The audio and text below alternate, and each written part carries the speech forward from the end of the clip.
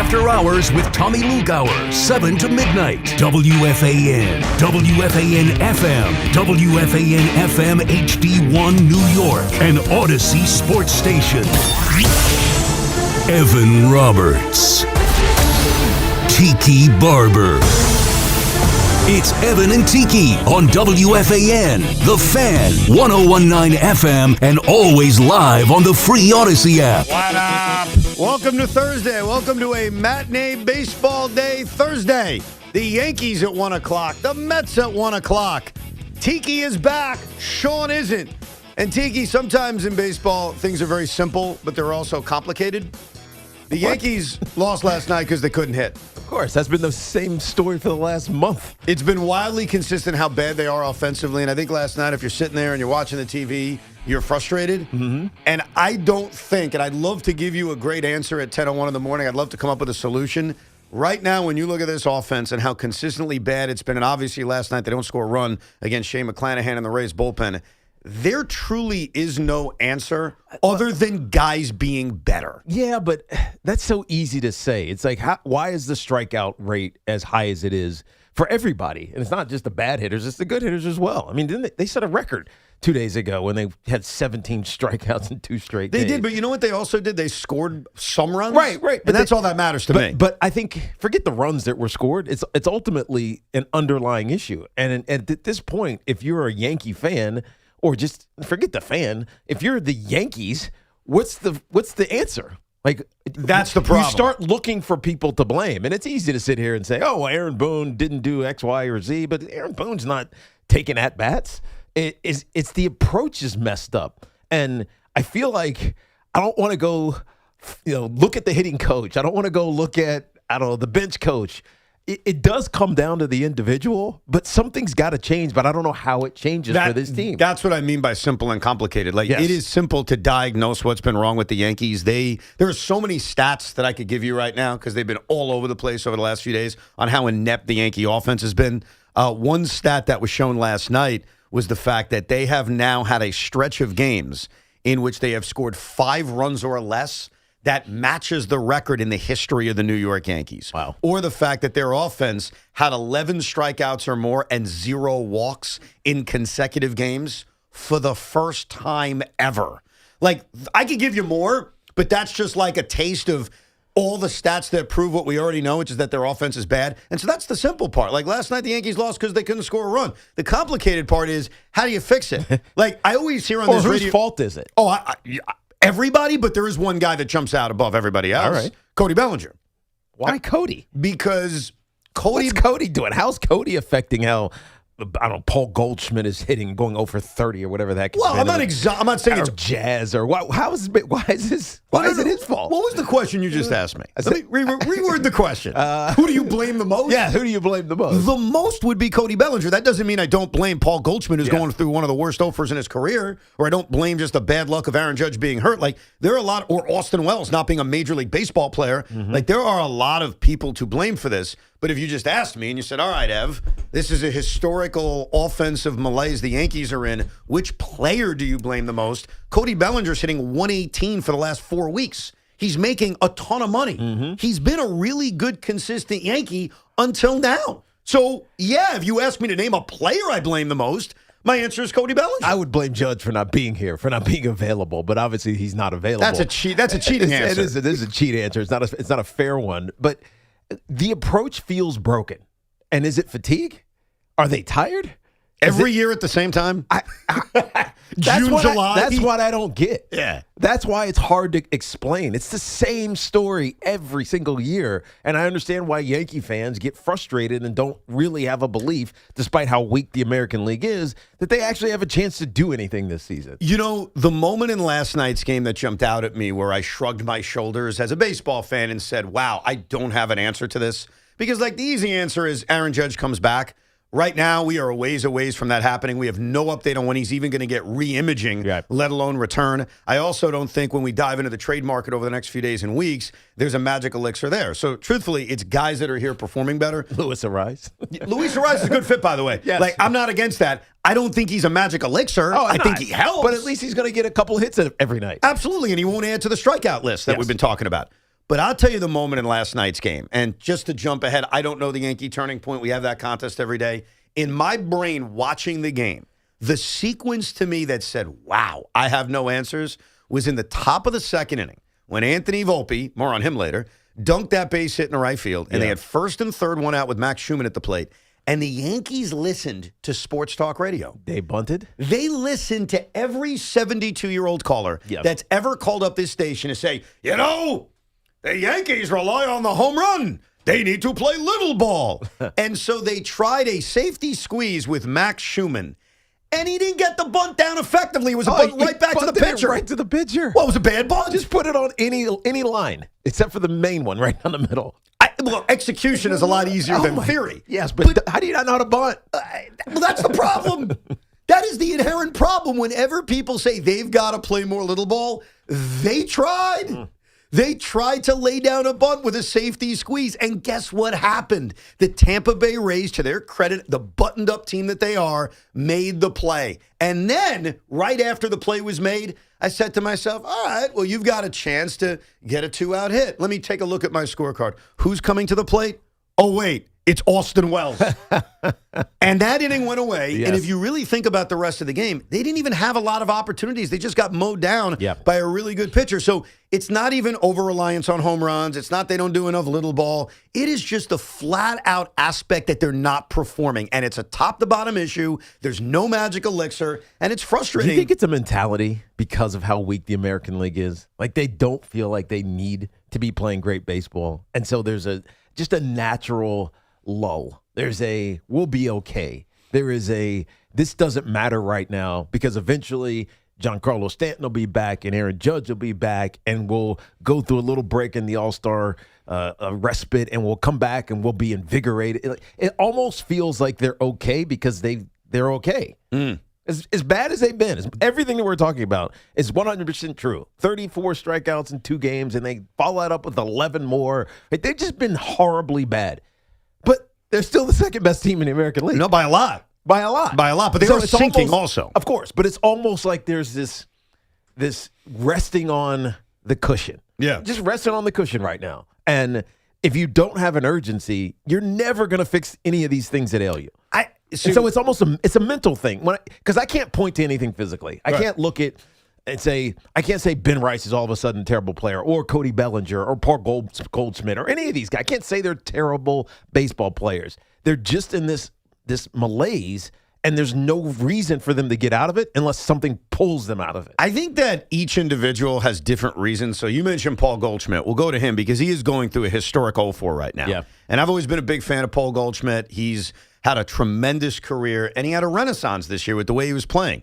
I think the answer for Paul Goldschmidt could be he's just old. Yeah. He got off to a great start. He's not supposed to be an everyday player right now. At this point in his career, he's not. And he's being asked to be an everyday player, and maybe here in early July, he's just wearing down. So I think with Paul Goldschmidt, there's probably like a suitable answer.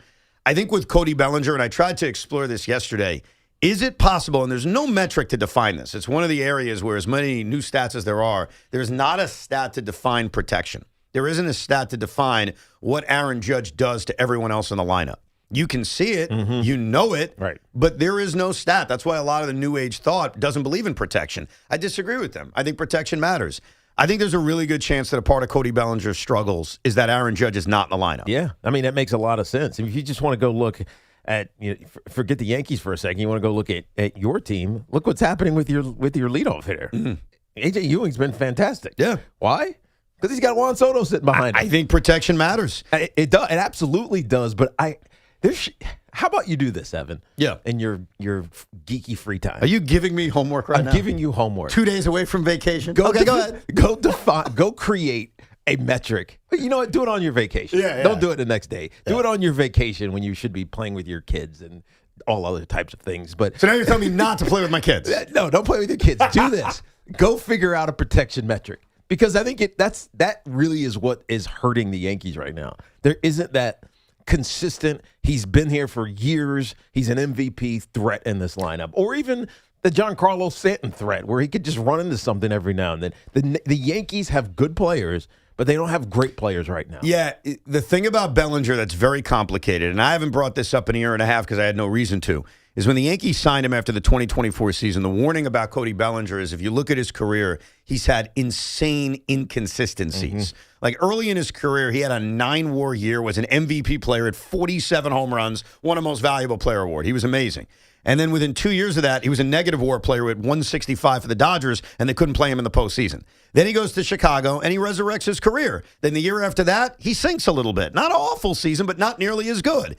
Then he comes to the Yankees and has a really good year last year. Awesome season. And we're all like, you got to bring him back. He's good defensively, so versatile. We love Cody Bellinger. Right. Plus, there weren't a ton of other options other than the young kids. Sure. They bring him back. He's off to another fine start. Like, you almost forget about his history. Because why would you care? Why would you care about L.A.? Why would you care about Chicago? And when he goes through a slump like this, and I'm not ready to say this is the case, but when he goes through a slump like this, I think about the rest of his career and say, is Cody Bellinger just going to go through another one of those periods of times where he's an unplayable mess? Yeah. But is that possible? It's happened in his career. Yeah, but the problem is he's getting into his 30s now. No, I get you. And so do I think he'll age well? Yeah, I think he will. He takes care of himself.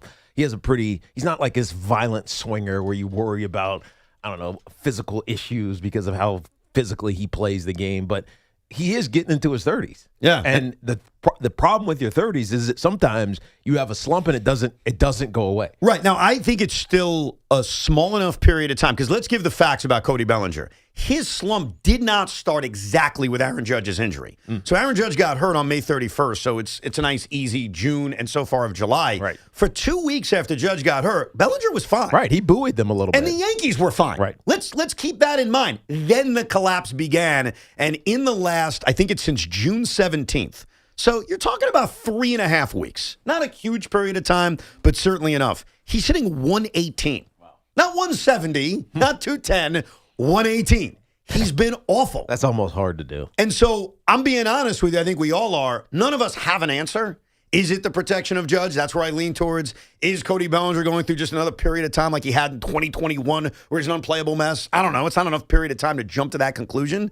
But here's what I do know. If the Yankee offense is going to turn it around, especially with no Judge return in sight, he's got to pick it up. Yeah. And I'm sorry, I'll bring it up. 36.5. What is that number? Millions? That's his salary. Yeah. Like, I'm sorry, he's not making $12 million a year. He's making $36.5 million a year, and they need more from him.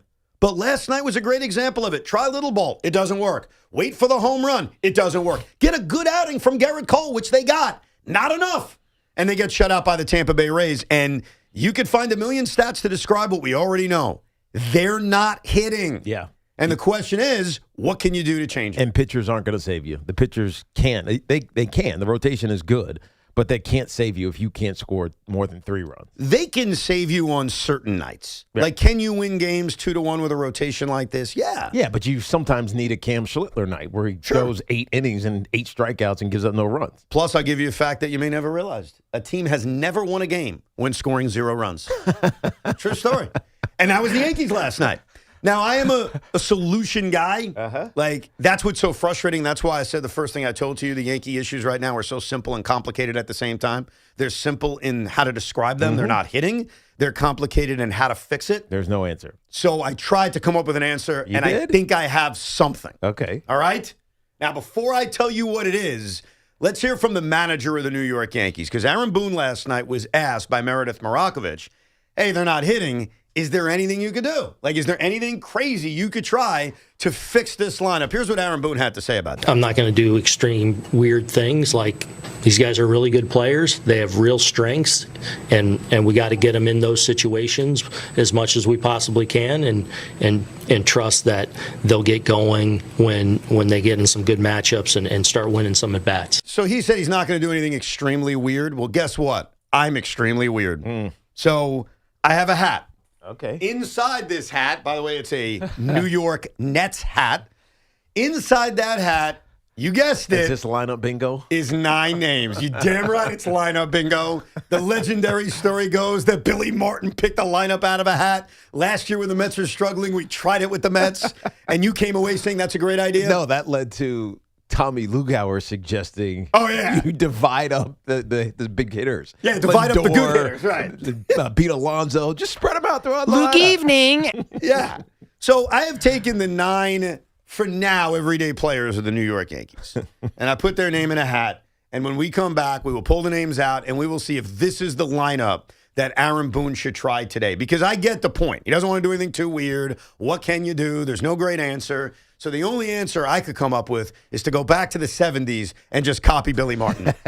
It's a legendary story in the annals of New York sports. Right. Thank you, sir. So why not try to take advantage of it? Right. And by the way, if it doesn't work, then it doesn't work. You're probably going to lose anyway. If it doesn't work, it's the same as last night. They That's didn't right. score a run. That's right. We'll get more into the Yankee-Ray game today, plus Tiki's opinion on the crazy Anthony Volpe controversy, including Volpe's response, and, of course, your calls at 888-808-1019. It is time for the Yankee Turning Point of the Game contest. The first call to correctly identify yesterday's turning point at 866-540-WFAN. You'll receive a $100 Wendy's gift card from our friends at Wendy's. Eat great even late at Wendy's, and your flagship station for New York Yankee baseball, The Fan. If you're looking to level up your wardrobe, check out Colors & Co.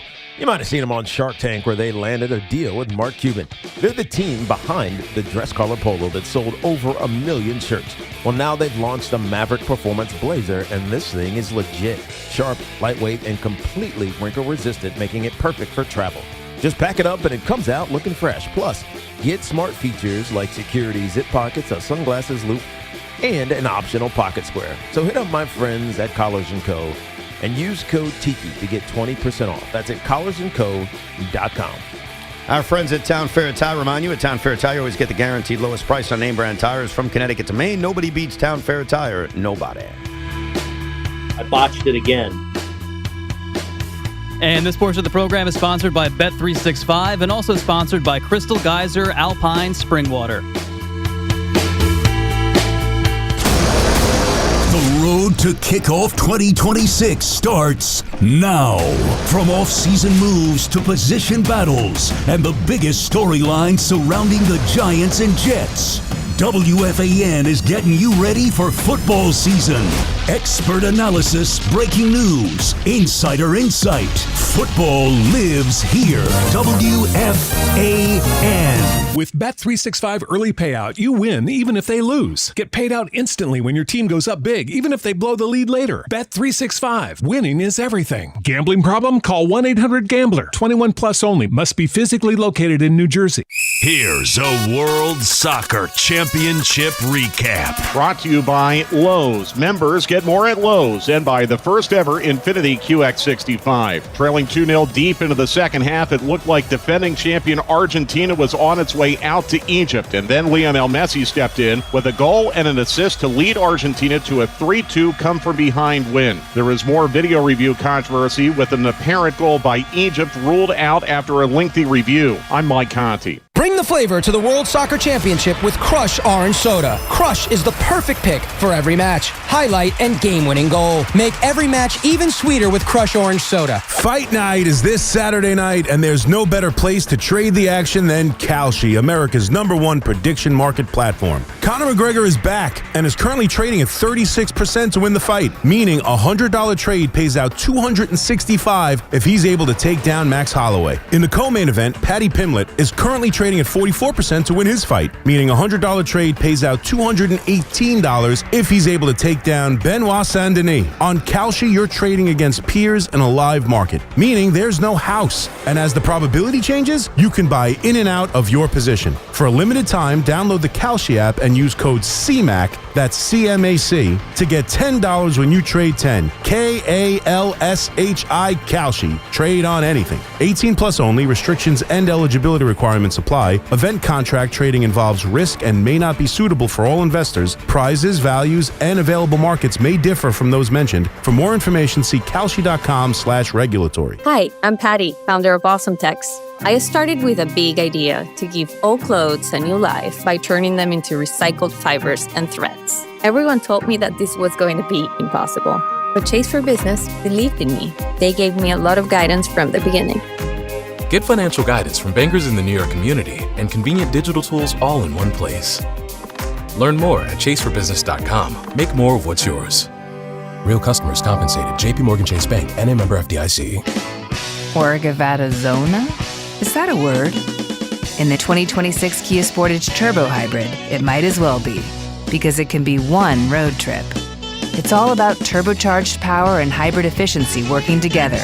so you get the thrill of quick acceleration and the satisfaction of fuel efficiency. Book a test drive and keep the adventure going. Kia, movement that inspires. Call 800-3334-KIA for details. Always drive safely. Hey everyone, Boomer Esiason here. I've spent years on the field learning what really matters most: reliability, consistency, and trust. That's why I love Red Pocket Mobile. You choose from 3 major 5G networks. Plans start at just $10 a month and stay there. Plus real customer care answers in under 2 minutes. Red Pocket Mobile, your new ultimate cell carrier. Today's match day preview is presented by Fanatic Sportsbook. Download the Fanatic Sportsbook app today. Winning hits different here. After a dominating performance against the United States, Belgium will face Spain in Los Angeles for a trip to the semifinals on the line. Spain's defense has been absolutely incredible all tournament, and they have yet to concede a goal. Belgium to score a goal is -170 in the match. Spain is a solid favorite to qualify for the next round at -350. Spain to just win the game in regulation is -170. Markets are giving them a 60% chance to win the match in 90 minutes. Belgium to pull off the upset and advance to the next round is +250. This has been your official Odyssey Sports Match Day preview, brought to you by Fanatic Sportsbook. Winning hits different here. Listen in ahead of each match day for the latest betting insights from Fanatics all tournament long. Someone had a birthday. Yep, 50. Can't believe it. 50 years of wisdom. Great segue. We have a health reminder from the CDC. Pneumococcal vaccination is recommended for adults 50 or older. Says here, we're over 6 times more likely to be hospitalized with pneumococcal pneumonia than adults under 50. I don't love those odds. Same. Look what I found. Pfizer's Prevnar 20 is proven to help protect adults against pneumococcal pneumonia and invasive pneumococcal disease in just 1 dose, and millions have already gotten it. Continued approval may depend on a supportive study. Don't get Prevnar 20 if you have a severe allergy to its ingredients. A weakened immune system may lower your response. Common side effects include injection site pain and swelling, fatigue, headache, muscle, and joint pain. For full prescribing information, please call 1-855-213-2138. Visit Prevnar20.com or talk to your doctor or pharmacist. I'm on Prevnar20.com now, scheduling my appointment. Good idea. And happy 50th. Tune in for the Yankees' first pitch, presented by Montefiore Einstein, the official hospital of the New York Yankees. Long Island is more exciting than ever at Jake's 58 Casino Hotel. This July, join us for the Great American Giveaway and your chance to win your share of $175,000. Earn entries daily all month long. Then be here on July 31st from 3 till 6 p.m. when 2 lucky winners will be drawn every hour to win up to $20,000 cash. Then at 7 p.m., 1 grand prize winner will take home $75,000 cash at Jake's 58 Casino Hotel. If gambling is a problem for you or someone you care about, please call the 24-hour toll-free helpline at 1-877-8-HOPE-NY or text HOPE-NY. When I got a new car, I thought my insurance premium would increase and empty my bank account. Like if a tween won the lottery. I've invested most of my winnings in chicken tenders because they're bomb. But bro, I bought a house and it's sick, bro. I'm thinking the floor is gonna be all trampoline, bro, with a helipad on the roof. The contractor said it's structurally unsound, but they're just being babies.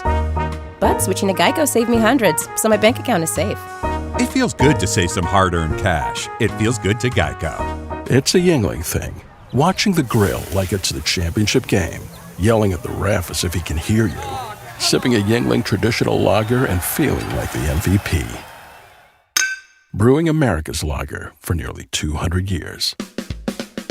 Get your Yingling Lager at Donovan's Pub in Woodside, the Whalen on 10th Avenue and West 50th, or the Point Bar and Grill in Montauk. Yingling Lager, an ice-cold tradition, ready to be poured. Enjoy a Yingling today. Looking for the best value on new tires? Get to Town Fair Tire. We honor every valid manufacturer's and competitor rebates and give you the guaranteed lowest price. Nobody beats Town Fair Tire. Nobody. Town Fair Tire. Listen to MLB Insider Calls on WFAN all season long.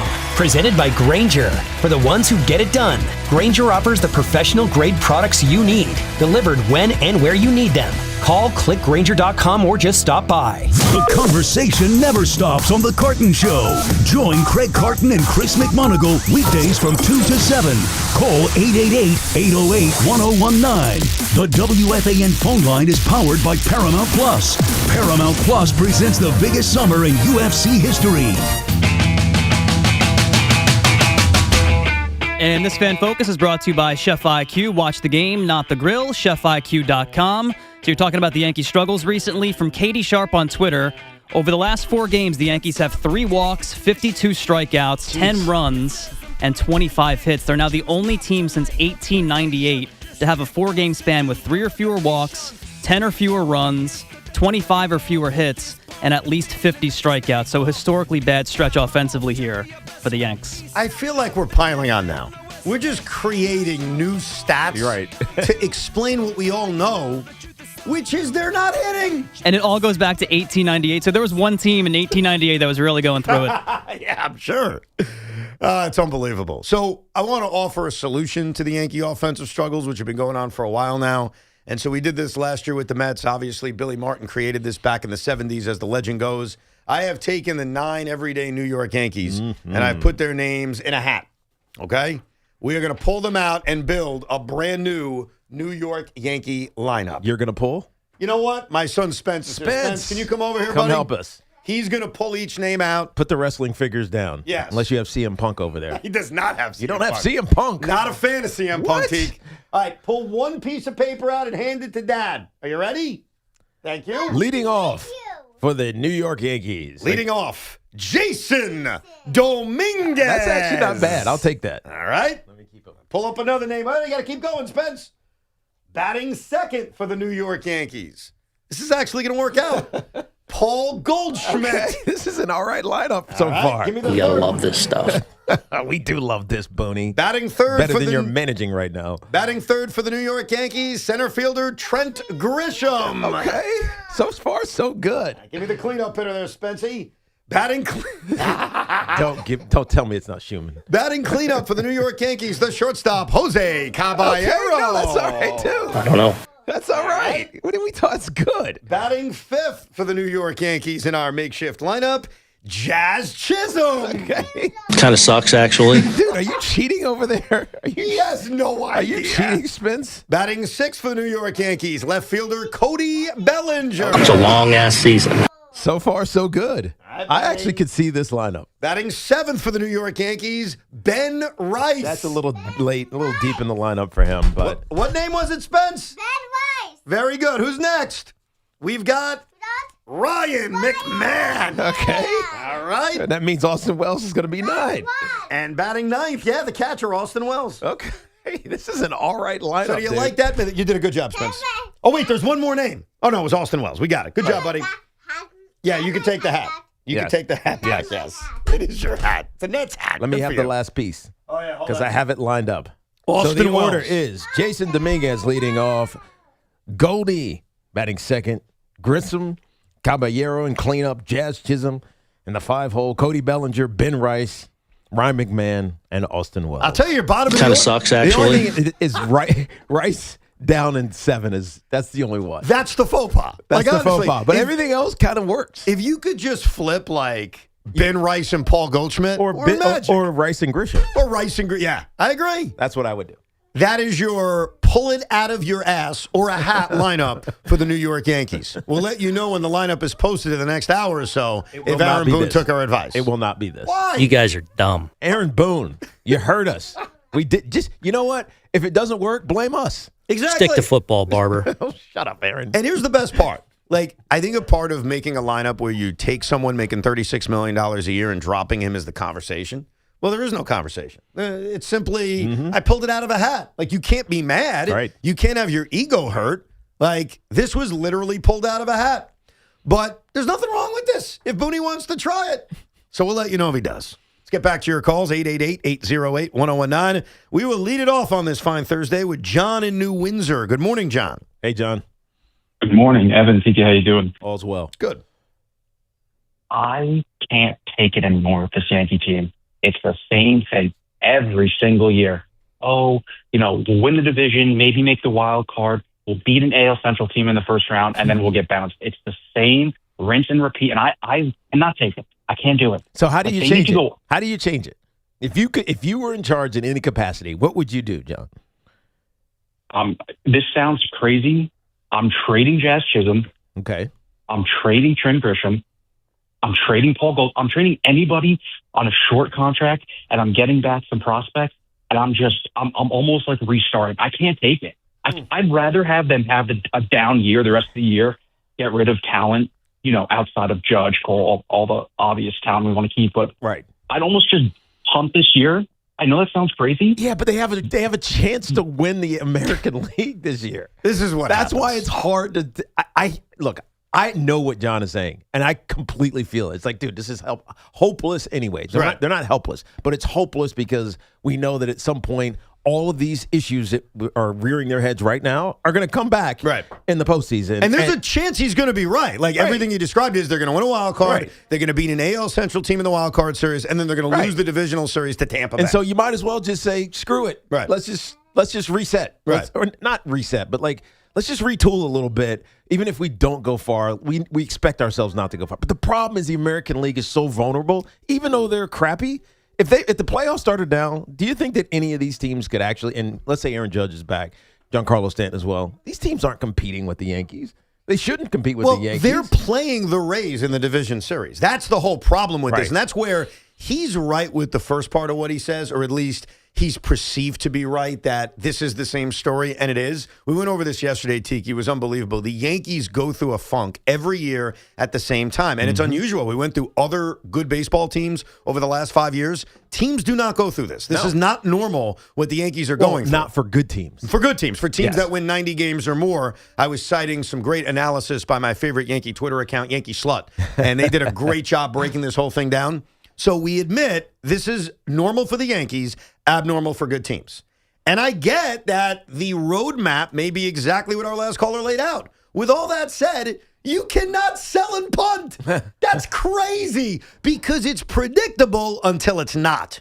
Right now, it feels like the Yankees are going through the same script until they sweep the Rays in the division series and find themselves in a World Series. Like, you can never do that second part of what he suggested. But I understand and feel the anger of the first part. Right. Because the first part has been the case for the last bunch of years. Right. I get it. But it doesn't mean it's going to repeat itself to a T. Right. So you're not taking guys on one-year deals and trading them away. You're doing the opposite. You're trying to win. Did you spill chocolate milk, Spence? Yes, he did. Oh, boy, we're off to a great start.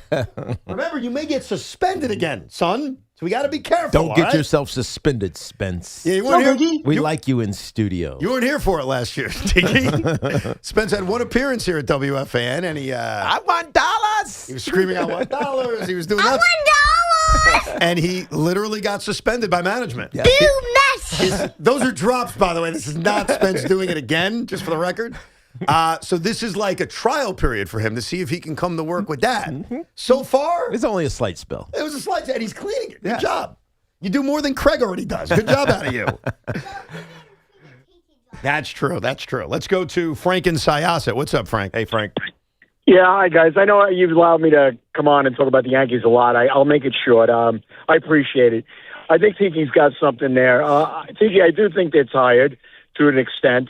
And also, when they brought in guys like Caballero and Rosario, and then Schumann, and they brought up Jones for a little bit. Right. I think it created like pitting guys against each other, and I think it created some sense of urgency, even if it was only guys having a fear of losing their position to starters, like it's temporary. Volpe and Chisholm. But that's worn off because there's no repercussions for anything.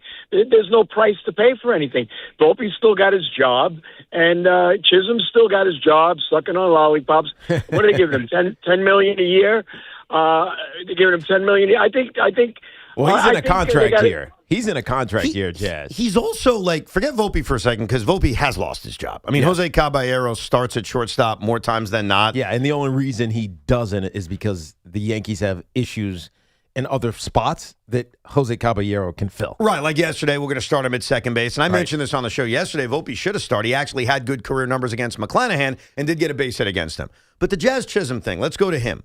Do the Yankees truly have a better option than Jazz Chisholm? Chisholm! They really don't. No, so unless you're going to say Anthony Volpe. Right. Well, are you? But or Max Schumann? Right, which we'll get to in a second. The Anthony Volpe playing second with the controversy that kind of ensued after they talked about it on the broadcast. But I don't know if there isn't an easy answer. That's your point. Like, it's easy to talk about what they should do, but we don't know if that's going to work. Most of the time when an offense is struggling, you target certain players to trade for, or you talk about the prospect that needs to be called up to spark a team. Mm-hmm. Right now, the Yankees don't have the prospect to spark the team. George Lombard Jr. is on the injured list in the minor leagues. Dominguez is already here. Spencer Jones was here and then was sent down. So there's nobody knocking on the door that you would call up to spark the team. And trade-wise, like you mentioned Luis Arraez, and he's a fine fit. Do not get me wrong. Of course. And again, the only reason you bring up Luis Arraez for any reason is because he consistently gets hits. He provides something that right now the offense doesn't have. Right. Right now, they're a heavy strikeout, rely on the home run offense, and Luis Arraez is the exact opposite. And also, Luis Arraez is clearly available. One of the other complications of the trade deadline as we get closer to August 3rd is there are a lot of teams that haven't declared themselves as sellers. Yeah. There are certain teams that you look at and say, they're selling. It's a short list. And so that's a part of the appeal of him. But even he, as an acquisition, is not the fix. The fix is guys who are currently here being better. Let me give you some numbers on Cody Bellinger and how advanced this slump is. Starting on June 17th, so June 17th to July 9th, which is how much period of time does that cover? 3 weeks? Yeah, 3 weeks, 2 weeks, 2.5 weeks. I think it's about 3 weeks and a day. Right. Cody Bellinger went from a 280 batting average to 245. That's a 45-point sink in 3 weeks. His OPS went from a very good 860 to 754. That's a 106-point sink in 3 weeks. He is collapsing. And that's over the season. Yes, those are season numbers. That is a humongous That drop. is a monstrous drop in a short period of time. So I can explain it in a million different ways, like he's hitting 118 since June 17th, or I can just show you what's happened to his numbers this season. He, to me, and he's the guy. Yeah. He can't be like this. I think also to the last caller's point, what do you do with that? If you're Aaron Boone and you want to threaten him is the wrong word, but let's use it. You want to threaten him with playing time. What do you do? You want a crazy answer? What? I'm going to give you credit. So we did the lineup out of the hat thing. Yes. Now do you want to give it Evan's brain theory? Evan brain theory. Let's hear it. I lead him off. I lead him off. I tell Cody Bellinger, listen, Cody, you have a hell of an eye. Go get on base. Let's simplify things. Go get on base. I'm going to give you really good protection because I'm going to hit Ben Rice second. And don't overthink the lefty-lefty stuff. Stop with that. Yep. And I try to get Cody going by leading him off. That would be what I would try. Okay. You like that one? I mean, it works. But I mean, threatening his job. No, you because can't. I think the Yankees can't do that because they don't have anybody to do it with. No, and he also has a long enough track record where I'm not threatening his job. Yes. I'm merely saying something that is so... And you can't threaten his job because he's making $36 million a year. And he signed long term. Even beyond that, beyond what you're saying about the money, he's also got enough of a track record. Like, I need him. My whole point to you is they need him to play better. I'm not benching him. I need him to play better. And that's why it's so simple and so complicated all at the same time. The simple answer to the Yankees' struggles is, hey, there are guys on this team that need to play better. The complicated part is, how do you do that? Other than us just saying it. I mean, I hate to tell you that. Sometimes things in sports are just boring. And they have to be better. The guys who are on this roster over the last few weeks have not hit. They're better than that. They need to play better. And Cody Bellinger, to me, headlines that list. Let's go to Al in New Jersey. What's up, Al? Hey guys, how are you? All's good, man. It's cute for me to hear the Yankee fans complaining when they have a chance to win the World Series every single year, and I think the Mets made the playoffs like 5 times since I was born. But that's okay. Anyways, my now with Luis Robert re-injuring himself, I took like a deep dive into besides the fact, the obvious that we traded for a player that only rivals Stanton with time on the IL. If we would have self-scouted better and we would have known what we had in AJ Ewing, we would have no reason to have traded for him. And dare I say, we could have allocated all that money to some certain first baseman that plays right now in Baltimore. I can't equate the two things. First of all, because I disagree with that logic, because remember this. A.J. Ewing, prior to the season beginning, had played 28 games at Double-A Binghamton. Yeah, I don't think he wasn't on the radar. Well, he was on the radar, but he wasn't a Not guy to come that you up. could guarantee would be up here soon. The fact he got up here as soon as he did, What did he do? was a surprise. What did he do in spring training? A.J. Ewing in spring training, he was impressive. I do remember that because I remember talking about him a bunch on the Rico, but he was never in consideration to make this team. And based on what happened in 2025, he had a fast rise because he was in Brooklyn and he was in Binghamton and he was in St. Lucie. He was not a guy that the Mets were picturing was going to be on the big league roster as quickly as he was. I like the Robert Jr. trade. I thought it was a worthy risk, and I stand by that. And I'll tell you why, even though it's been a colossal failure. They gave up nothing in Luis Angel Acuna, who, by the way, what has he done with the White Sox? Not like he's turned into anything. And number two, the Mets aren't committed to him long term. There's a $20 million team option for next year that they're clearly not going to pick up. Right. So I thought that was a flyer move in acquiring Robert Jr. It didn't work. Yeah, and at this point, it feels the season's already lost, so it's not even worth talking about him. Like, he's a non-factor, and he's going to continue to be a non-factor for the Mets. And so the only thing you can focus on are the kids. Well, keep them developing on a major league level, playing every day. That's what you have to focus on. Unfortunately, and this is the realities of a lost season, and the Mets are involved in one, there are two things that Met fans are doing besides actually watching the games.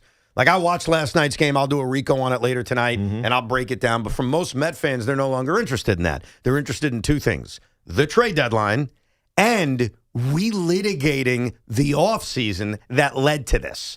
That phone call was a complete relitigation of the decision to trade for Luis Robert Jr. That's what it is. And that's what some Met fans want to do. And we can do it, but I'm telling you, it's going to drive you crazy.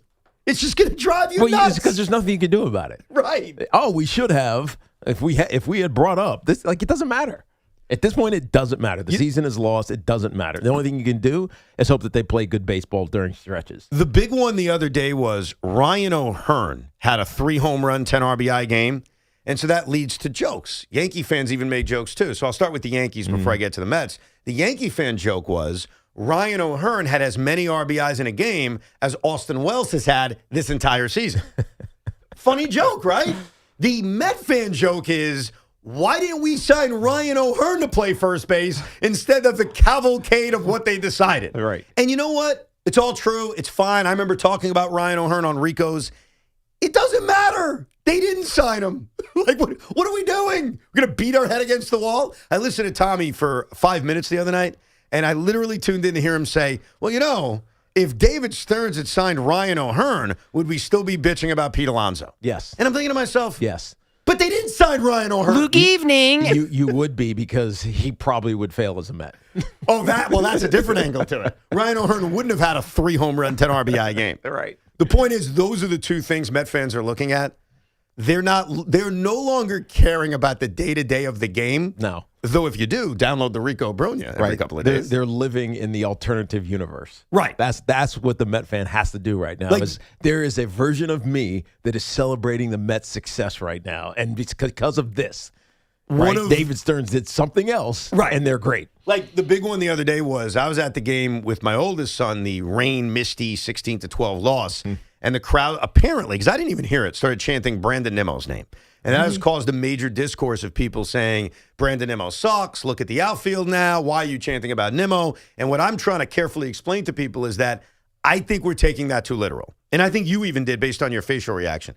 It's not about Brandon Nimmo. People are chanting the names of guys that are gone because they are like the picture of David Stearns' decision-making. Does that make sense? No, they're not longing for Brandon Nimmo, but I was wondering how that related into the Pete Alonso thing. Because remember, they were chanting for Pete Alonso. I think it's chanting the names of guys that are no longer here. Yeah, but I feel like the chanting for Pete Alonso was, we'd rather have Pete Alonso. Yeah, I think that I agree. I don't think the Met fan would rather have Brandon Nimmo. No, but then it creates this discussion of, well, the outfield is so good, where would Brandon Nimmo play? And then it's like, well, he could DH, but wait a second, Brandon Nimmo didn't want to DH. And then you're like, wait, A.J. Ewing could play second base. Maybe he's the second baseman. And because you didn't trade for Marcus Semien and he isn't hurt and he isn't, like, do you hear how complicated this alternate universe is and how honestly stupid it is? Right, that's why it sucks living in alternate universes as a Met fan. Of course. Because they're not better. Can I give you another alternate universe that's unrelated to the recent stuff? Go ahead. But I was living in it the other day, and as much as I try not to. and I know it's been 7 years, so you could say, Evan, you got to get over it. Okay. Can you believe this franchise, the New York Mets, willingly let Zach Wheeler sign with the Philadelphia Phillies? I mean, and Brody Van Wagenen, he wasn't that good. He was emerging. Remember, he broke through in 2018 and 19 when he was getting healthy. I'm being facetious. Oh, okay. Thank you. I wasn't sure. And Brody Van Wagenen made some kind of comment where he's like, well, you're welcome, Zach. We got you paid. And they let him go to Philly, and he's put together a borderline Hall of Fame career, and he's not a Met. No. And so for all the other moves we talk about, like DeGrom or Alonso or Nimmo, can we all be honest with ourselves that even though it was a past ownership and a past general manager, it might be the worst one? That may be, honestly, I'm going to take this a step further. Statistically, worse than trading Seaver. It really is. You think I'm kidding? Well, worse than trading Seaver. Because of the age of Seaver at the time? Because of what Seaver did in Cincinnati versus what Zach is doing in Philadelphia. Yeah. Zach Wheeler has been a better Philadelphia Philly than Tom Seaver was a Cincinnati Red. And at least with Seaver, we got the best out of him. Yes. With Wheeler, the best is in Philadelphia. That's true. Like, I don't think people are realizing enough how horrific that decision was made. But I guess we don't bitch about it because who are you bitching at? Yeah, the Wilpons own the team. They're already gone. Yeah, it was a long time ago. Right. It's not anybody's fault that's still here. Right. And so the only thing you can do is just pine for what would have been, again, another alternate universe of New York Met fans. What would have been if Zach Wheeler was here as opposed to the Philadelphia Could you Phillies. imagine the different universe? I mean, you wouldn't. Would you have reached for Kodai Senga? I think everything's different. Of course. Maybe we're less annoyed that DeGrom is gone. I don't know. Or they could have a rotation of DeGrom, McClain, and Zach Wheeler, technically. No, you're right. You're not wrong about that. Now I got to look up. And Nolan McClain. Yeah, you said Nolan McClain, Yeah. right? Can you do me Christian Scott. You got to do me a dopey favor. Can you find out who they got as the compensatory pick for losing Zach Wheeler? Just Yeah. in case it's not anyone amazing. All right. Let's go Didn't we talk about this I think we did like a with year Zach ago. Wheeler? Yeah, I feel Oh, like really? it came up just briefly. Maybe. Then you should remember. I don't remember at all. But if Connor says it and I remember it, I'll say, yeah, we talked about this before. Me too. John in Danbury, Connecticut. Hey, John. What's up, guys? Thanks for taking the call. Good, man. I know this idea is a little far-fetched, but hear me out a little bit. I think there is a scenario where the Mets and Yankees can come together with a trade. It would take a little more forward thinking on the Yankee part, where you try to trade Volpe and Chisholm to the Mets for Lindor, where the Mets pick up a small portion of Lindor's contract up until 2031. You have to think that we are going to get rid of Giancarlo Stanton at the end of 2028 or beginning of 28, whenever his contract is up. So that's going to be a big money dump for us as well. Right. It's also going to free up a lot of contract space for the Mets. And also, let's call a spade a spade. I think Lindor would benefit from a change of scenery. I know it's the same city. It's going to be a different borough, but it's a different team.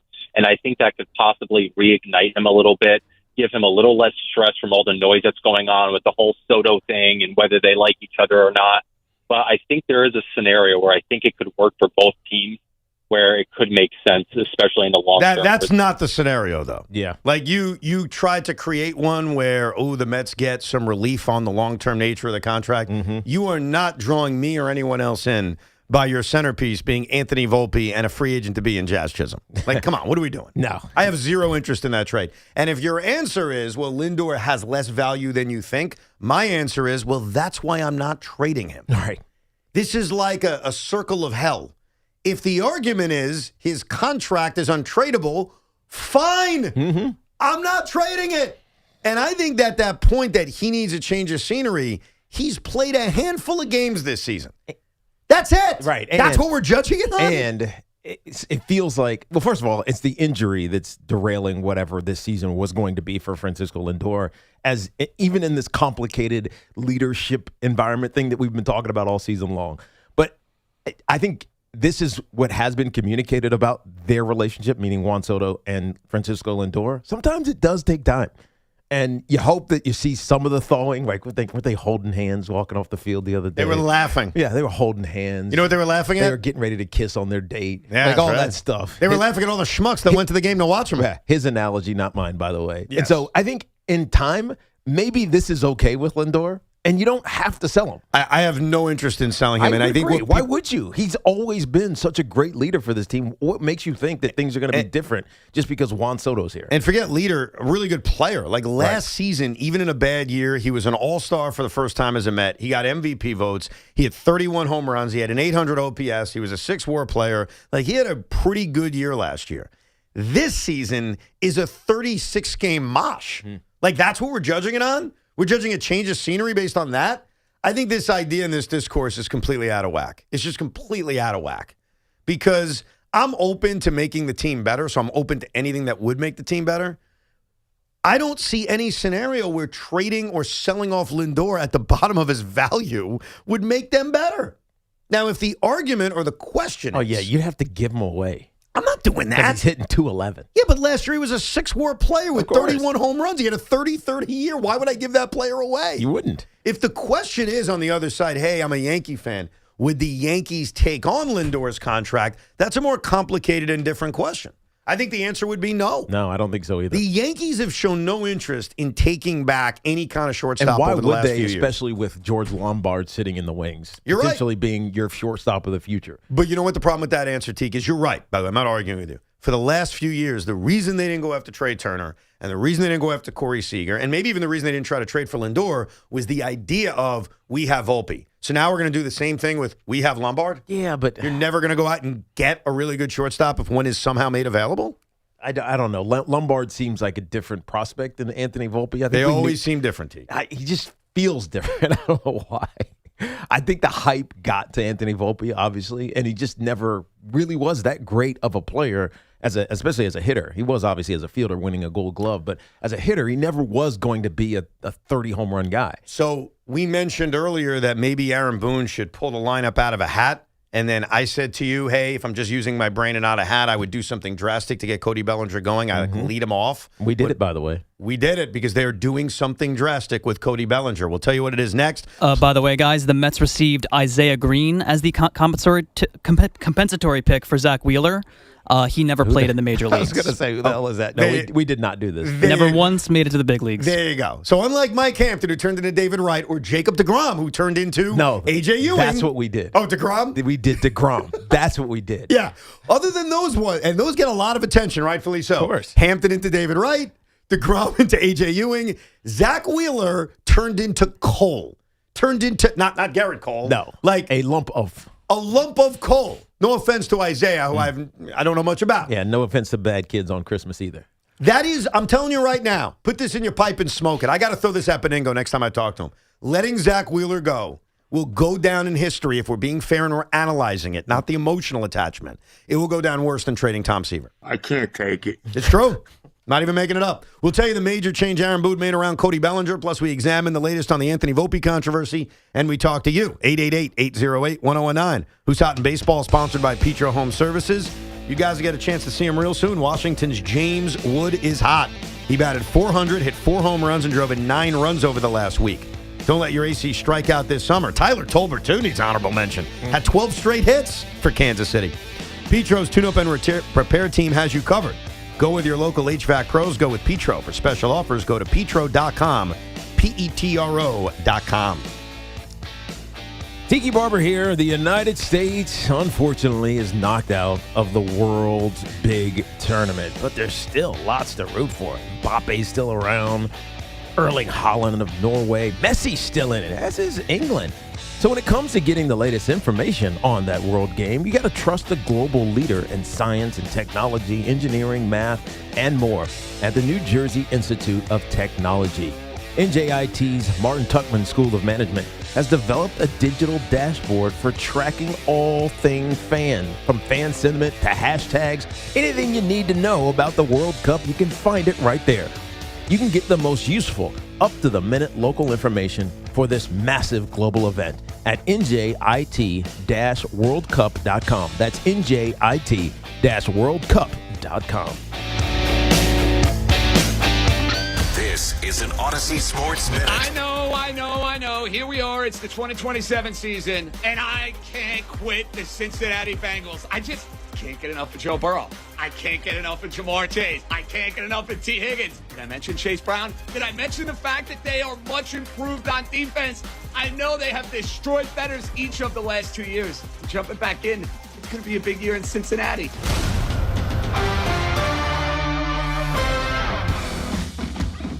When you've got real work to do, Metal Supermarkets will help you get it done fast. With a huge variety of metals in stock, we can help no matter what job comes your way. And all it takes is a few clicks. We make buying metal online easy so you can spend less time shopping and more time getting things done. Metal Supermarkets, the convenience stores for metal. Place an order online today at metalsupermarkets.com. The world's biggest soccer tournament has arrived, and you can trade the entire tournament on Kalshi. Trade every match from the opening rounds all the way to the final. Last week, Norway was trading at 2.5% to win it all, meaning a $100 trade could pay out $3,740 if they win soccer's biggest prize. Want to know what they're at today? Check Kalshi. For a limited time, download the Kalshi app and use code PITCH to get a $10 credit when you trade $10. That's promo code PITCH. Kalshi. Trade on anything. 18 plus only. Must be present in state where it is legal to trade. Event contract trading involves risk and may not be suitable for all investors. Prizes, values, and available markets may differ from those mentioned. $10 free credit with no expiration. Restrictions and eligibility requirements apply. For more information, see Kalshi.com/regulatory. The savings are here! The savings are here! Happy birthday, America! It's America's 250th birthday. We're celebrating all month long at Nielsen Dodge by giving you freedom of choice. Save up to $250 off service. Save up to $250 off accessories. with leases for $250 or under. You'll start feeling the vibes the minute you arrive. Fun is in the driver's seat. Lease a new 2026 Jeep Grand Cherokee Limited 4x4. Just $250 a month. Yes, just $250 a month. There's always zero down payment. The credit help you need. More savings with your trade-in. And of course, great deals. For leases $250 or under, hurry to Route 10 in East Hanover. Online at nielsendodge.com. At Nielsen Dodge. Fun is in the driver's seat. Make this the summer event. With approval, term 24 months, due at sign, $63.43, add tax tag and DMV fees. See dealer for details. Milo's Money Days are here, and we're making it rain for rewards members. For the first time ever, when you make a purchase of $200 or more through July 12th, you'll get up to $30 back in extra Milo's money. Not a member yet? Join for free today, because members get more at Lowe's. Milo's Money Award varies based on status. Members in Gold get 30, Silver get 20, and Bronze get 10. Milo's Money valid for 30 days. Restrictions and more terms at Lowe's.com/Milo's Money Days. Straight Talk Wireless presents Pickup Truck Wisdom. If you're only good to your new friends, you're not going to have any old ones. Straight Talk gets it. That's why new and existing customers get free 5G phones on Verizon's 5G network. Pretty simple, really. You keep good people by being good people. Find us at straighttalk.com and Walmart. Straight Talk Wireless. Straightforward. Always. Taxes and fees apply. Plan purchase required for free phone offers. Copyright 2026 Verizon. What makes Crystal Geyser Alpine Spring Water different? We always bottle our Alpine Spring Water less than 1.5 miles from the spring source, and all our bottles are made with 50% recycled plastic from our own recycling plants. Crystal Geyser, bottled at the spring source. Summer in New York and New Jersey just got hotter. Tim McGraw, the Pawn Shop Guitar Tour. Get lost in the songs you love to sing. With special guests, 49 Winchester, PNC Bank Arts Center, Friday, July 10th, and Northwell at Jones Beach Theater on July 24th. Tickets on sale now at livenation.com. Part of the Cadillac Tri-State Concert Series. On the biggest stage in the world, FanDuel is changing the game because sometimes your player gets subbed off and your bet goes with them. Not anymore. With FanDuel Super Sub, if your player is subbed out, your bet stays in. That's right. If your player leaves the match, your bet continues with the substitute. So you're still in it until the final whistle. Visit FanDuel.com/New York to get started today. Let there be goals this summer on .com/New York, and with FanDuel Super Sub, if your player is subbed out, your bet stays in. That's right. If your player leaves the match, your bet continues on with the substitute. So you're still in it until the final whistle. We all love the app around here. It is safe and secure, has all the betting markets you could possibly want, and when you win, you get paid instantly. FanDuel Sportsbook is the official sportsbook of WFAN. 21 and older, physically present in New York. For help with a gambling problem, please call 877-8-HOPE-NY or text HOPE-NY. That's 467-369. This summer, cool down with Dunkin' Refreshers. Sip on black cherry or try the all-new pink pineapple. Or try one of their flavorful fan favorites like mango pineapple or strawberry dragon fruit. All of them are ice cold and refreshing. Dunkin' Refreshers are the perfect afternoon pick-me-up, a whole lot of flavor and very refreshing. It's a sip of summer, only at Dunkin'. Dunkin' Refreshers are fruit-flavored, contain 0 to 1% fruit juice. Terms and exclusions may apply. Sal Licata here for CertaPro Painters. You know, my home is a happy place, especially when my wife is satisfied. And that's not always an easy thing for me to achieve. But my friends at CertaPro Painters, they had no such problems. Big jobs or small, the good folks at CertaPro Painters are at your service. If you've been putting off a painting project, give them a call now at 1-800-GO-CERTA. That's CERTA with a C, and you'll see exactly what I mean. 1-800-GO-CERTA. Call CertaPro Painters today and get a no-nonsense free estimate on a professional job that you'll be happy with for years to come. Each CertaPro Painters business is independently owned and operated right here in our community. Schedule your free estimate online at CertaPro.com. When you own your own business, you need to keep things moving. Need to book a last-minute flight? Earn a $300 travel credit to cover that. Need to take a meeting before takeoff? Do it from the comfort of the Chase Sapphire Lounge by the club. Need to catch your breath before you board? Done. Chase Sapphire Reserve for Business, the business card that gives back all you put in. Visit chase.com/reserve business to learn more. Cards issued by JPMorgan Chase Bank, N.A. member FDIC, subject to credit approval. Terms apply. It's the road ahead, brought to you by our local Kia dealers. Visit kia.com and discover movement that inspires. The team from the Bronx continues its final road trip before the break against Tampa Bay, before wrapping up with 3 against Washington. Don't miss Conor McGregor's epic return against fellow icon Max Holloway at UFC 329. Saturday, July 11th at 9 p.m. Eastern Time on Paramount+. This is the story of the one. As a maintenance engineer at a beverage manufacturing plant, he starts his day knowing every line is ready to run because Grainger delivers the industrial-grade products he needs to keep mixers, conveyors, and packaging equipment moving. With Grainger's vast selection of bearings, belts, and motors, he keeps operations running smoothly, so nothing grinds to a halt. Call 1-800-GRAINGER, click Grainger.com, or just stop by.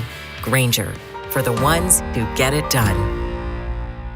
Finding great candidates to hire can be like, well, trying to find a needle in a haystack, but not with ZipRecruiter. Its powerful technology actively finds and invites qualified candidates to apply to your job. So while other companies might deliver a lot of hay, ZipRecruiter finds you the needle in the haystack. See why 4 out of 5 employers who post a job on ZipRecruiter get a quality candidate within the first day.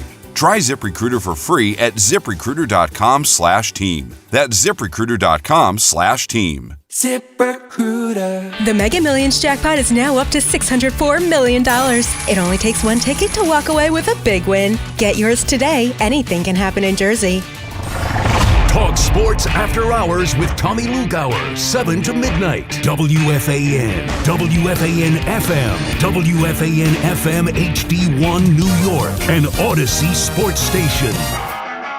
Well, earlier on in the show, about a half hour ago, we tried the old Billy Martin and pulled a Yankee lineup out of a hat.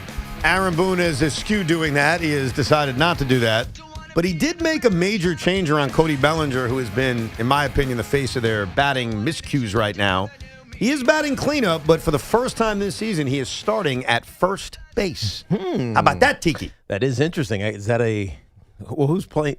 Where's Goldie playing? Goldie is not playing. Goldie is playing left bench today. There you go. Yeah, I think that had to be, you had to get Goldie out of the lineup. You had to sit him down. If it's a fatigue thing, he's 38 years old. He's not used to being an everyday player. He didn't do it a lot last year. And so he's been forced to because of injuries.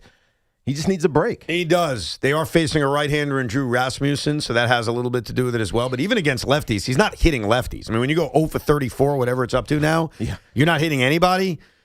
This is temporary, though. I don't think Cody Bellinger is going to fit doing much of first base just based on the nature of the roster. But on a day like today, Max Schumann's going to play left field. Trent Grisham is in center field. Dominguez is in right. Ben Rice still in the lineup, but DHing. And Cody Bellinger at first base. So here's your entire lineup. We got one thing right based on pulling it out of a hat. Austin Wells batting ninth and catching. It's the only thing we got right. The rest of the lineup is... Oh, no. We got McMahon. Oh, right. Well, no, but we had McMahon's batting 8th. Did we have him batting 8th? Yeah, we had McMahon 8. Oh, how about that? The 7, 8, 9 was We're right Rice, on top of it. Rice, McMahon, and Wells. There you go. All right, so here's the actual lineup that Aaron Boone is employing today. A game you'll hear right here on the Fan. Pre-game show in about an hour and a half. Grisham, Rice, Dominguez, Bellinger, Caballero, Chisholm, Schumann, McMahon, Wells. And the announced starting pitcher, they are throwing a bullpen game, but the announced starting pitcher is Paul Blackburn, who's been great, I must say. And remember, Paul Blackburn is a starting pitcher, but he's also not stretched out enough. So even if he pitches 2 or 3 really good innings, he'll come out of the game. It's not like he's going to go deep into the game. You'll see everybody. You'll see Ryan Yarbrough. You'll see Aaron Boone play the matchups. And this sucks. And I'll tell you why it sucks. If the Yankees lose today's game, and just based on the pitching matchup, you don't feel good about it? No. Drew Rasmussen against the bullpen? But you felt good about the one yesterday, and it didn't work out because they didn't hit. No, you're right. You're right. And it's baseball. You never know. Of course. But if the Yankees lose this game, the Tampa Bay Rays on July 9th will clinch the tiebreaker against the Yankees and clinch the season series. That's out the window. Yes. So that means the Yankees then have to be at least, 5 games? No, 6 games better than the Rays down the stretch. Yeah. I mean, it's not impossible. No one's suggesting it is. But right now, the Yankees are 6 games behind Tampa Bay in the loss column. If they lose this game, they're actually going to be like 8 games behind because they're 7 games behind without the tiebreaker. So we said this going into the series that they could not lose 3 out of 4. It just makes it much, much more difficult. Like, I don't know what the actual odds are, but I'll give you the Evan Roberts odds. If the Yankees win today, I would still give them about a 50% chance to win the American League East. If they lose today, I think their odds go down to about 12%. That's how impactful, in my opinion, the results of this game is, just based on the dynamics of making up all that ground. Well, it's also it's the math that you're talking about. Now, obviously, the Tampa Bay Rays could go on a ridiculous losing streak, kind of like they did a couple of weeks ago, and the Yankees could crawl back into it and then pass them like they did a couple of weeks ago. But it doesn't feel like the Yankees are equipped to do that, especially without Aaron Judge and Stanton and all the injuries that they've had on the offensive side of the ball. Really not even injuries. It's the ineffectiveness that they've shown the last month of this season. We'll get to the latest on the faux or real Anthony Volpe controversy, your decision. But let's get back to some of your calls. 888-808-1019, that is the number. Neil in the Bronx. What's up, Neil? Good afternoon, gentlemen. Always love your show. Thank you, Neil. I'm going to go on a Cashman rant, and there's a few things I want to get off my chest. Like, Cashman, if you're listening, if you think Anthony Volpe is the number 1 prospect out of your farm team, there's a bridge in New York I want to sell to you, brother. That's 1. 2, Cashman did a terrible job. Can't even find a third baseman that could fill in hit. Haven't found a catcher nowhere near Posada. Bednar, even though he's decent, he still leaves you in the edge when he's closing out games. And 3, if Cashman is still general manager, I want to ask you guys this. If Cashman is still general manager when Aaron Judge's career is over, and that's a massive black hole to fill up, what kind of team you think we're going to have with when he's putting this stuff out and he's picking these kind of players to put on the field? I hate to do a whole defense lawyer of Brian Cashman, but you're kind of forcing me right now. The New York Yankees right now are having a horrible stretch, and there are a lot of issues about this team that are worthy of discussing. But when you make it a broader view of Brian Cashman, you're going to lose because the Yankees win 90 games every single year. They're always in the postseason. And you know what the most impressive thing Brian Cashman did? It's actually what he's alluding to the future of. The Yankees had an aging core, an aging Mariano Rivera, an aging Derek Jeter, and an aging core of former champions. And without ever finishing under 500, so remaining competitive, he rebuilt it and turned it into the Aaron Judge Yankees, a guy he drafted and a guy he developed. Yes. So when you say, what's he going to do when Judge is gone? I don't know. He found a way to replace the Jeter-led Yankees. That's a good point. So, right. With a different makeup of a team, the Gerrit Cole signing, which I don't think some people saw, it was obvious that it was going to happen, but you didn't know what Gerrit Cole had left. He was fantastic. You've redeveloped the rotation, and even though the Carlos Rodon signing felt, I don't know, a stretch, maybe, he's been pretty good. And so Brian Cashman's done a good job. He just hasn't created a winner.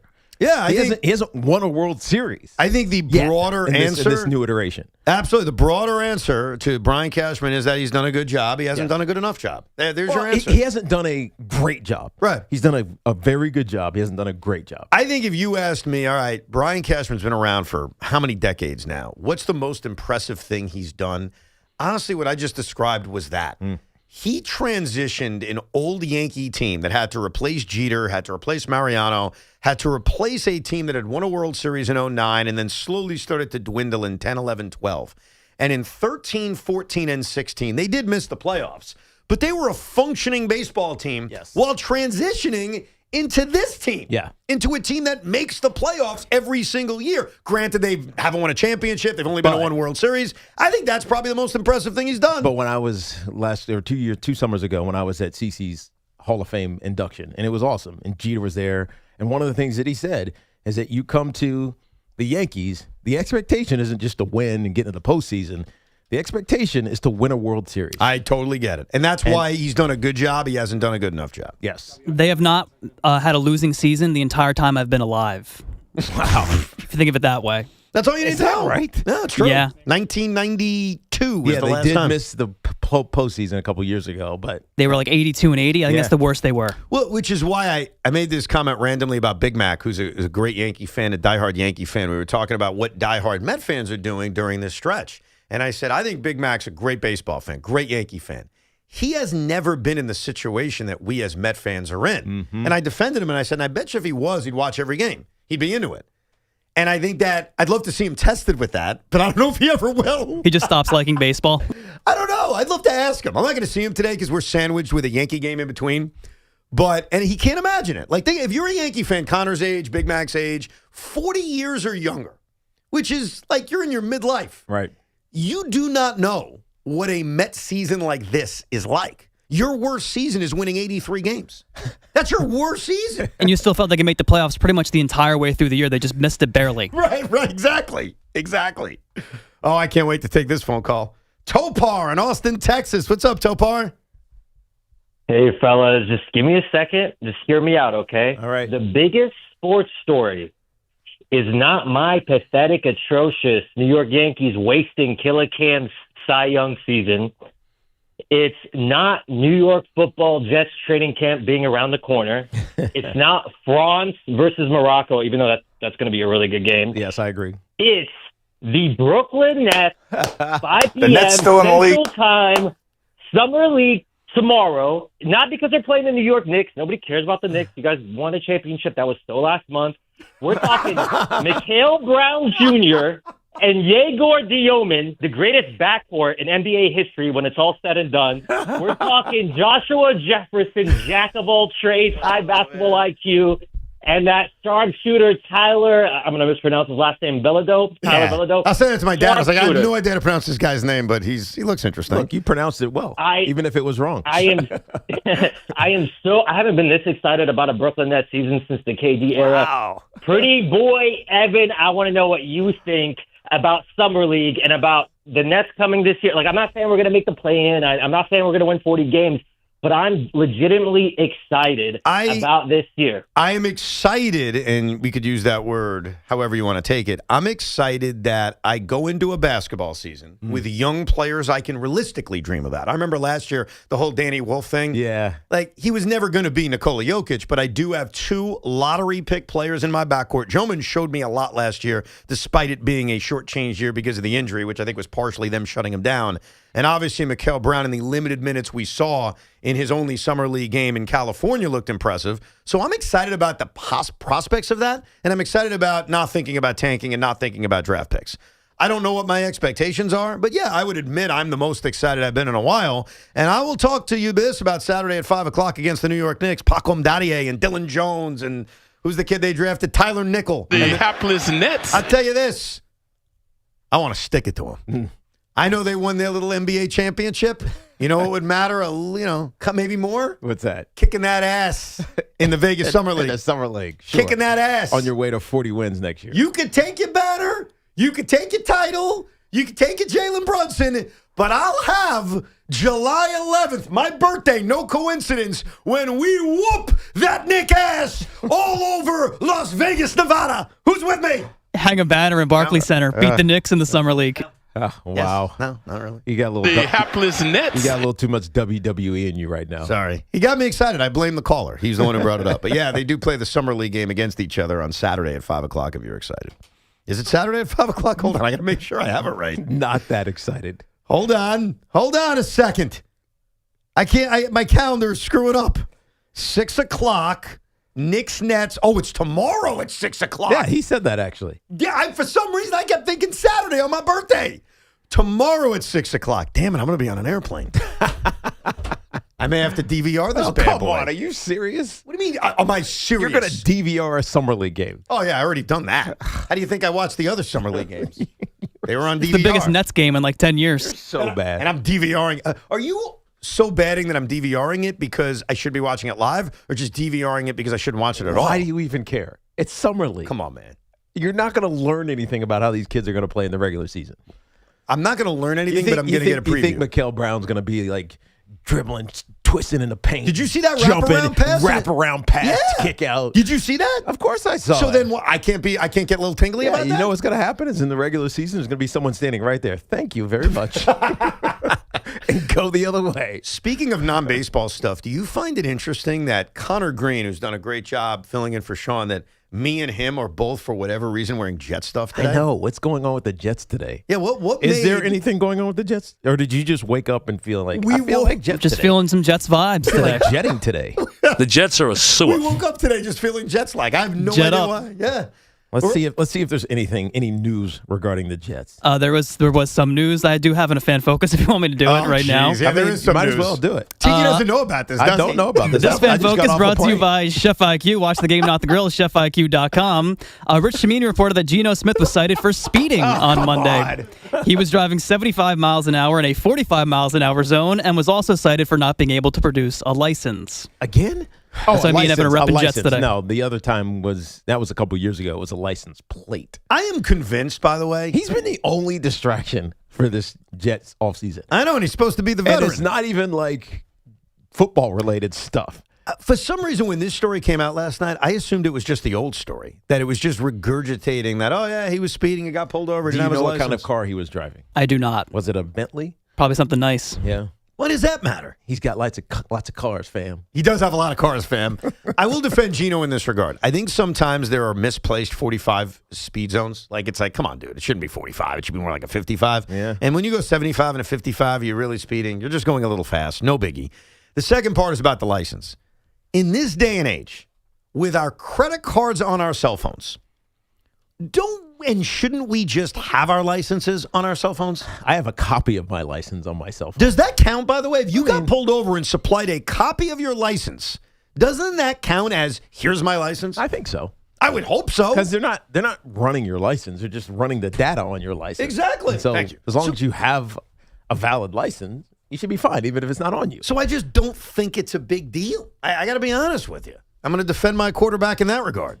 But yeah, that's the Jet news that's been going on. There was no Geno Smith offseason issues the entire time he was away from the Jets. When he first was with the Jets, he got punched in the locker room, broke his jaw. Then there's no issues for all these years, and all of a sudden there's problems. It makes Even me, little things. It makes me think, like if we had to make a long-term prediction about this upcoming football season, Geno Smith will end up starting less than half the games for the Jets. He's this going to season. self-sabotage himself. I don't know what it is. I don't know if it's like there's just an injury, knock on wood, because I don't want that to happen, or if it's a self-sabotage spot.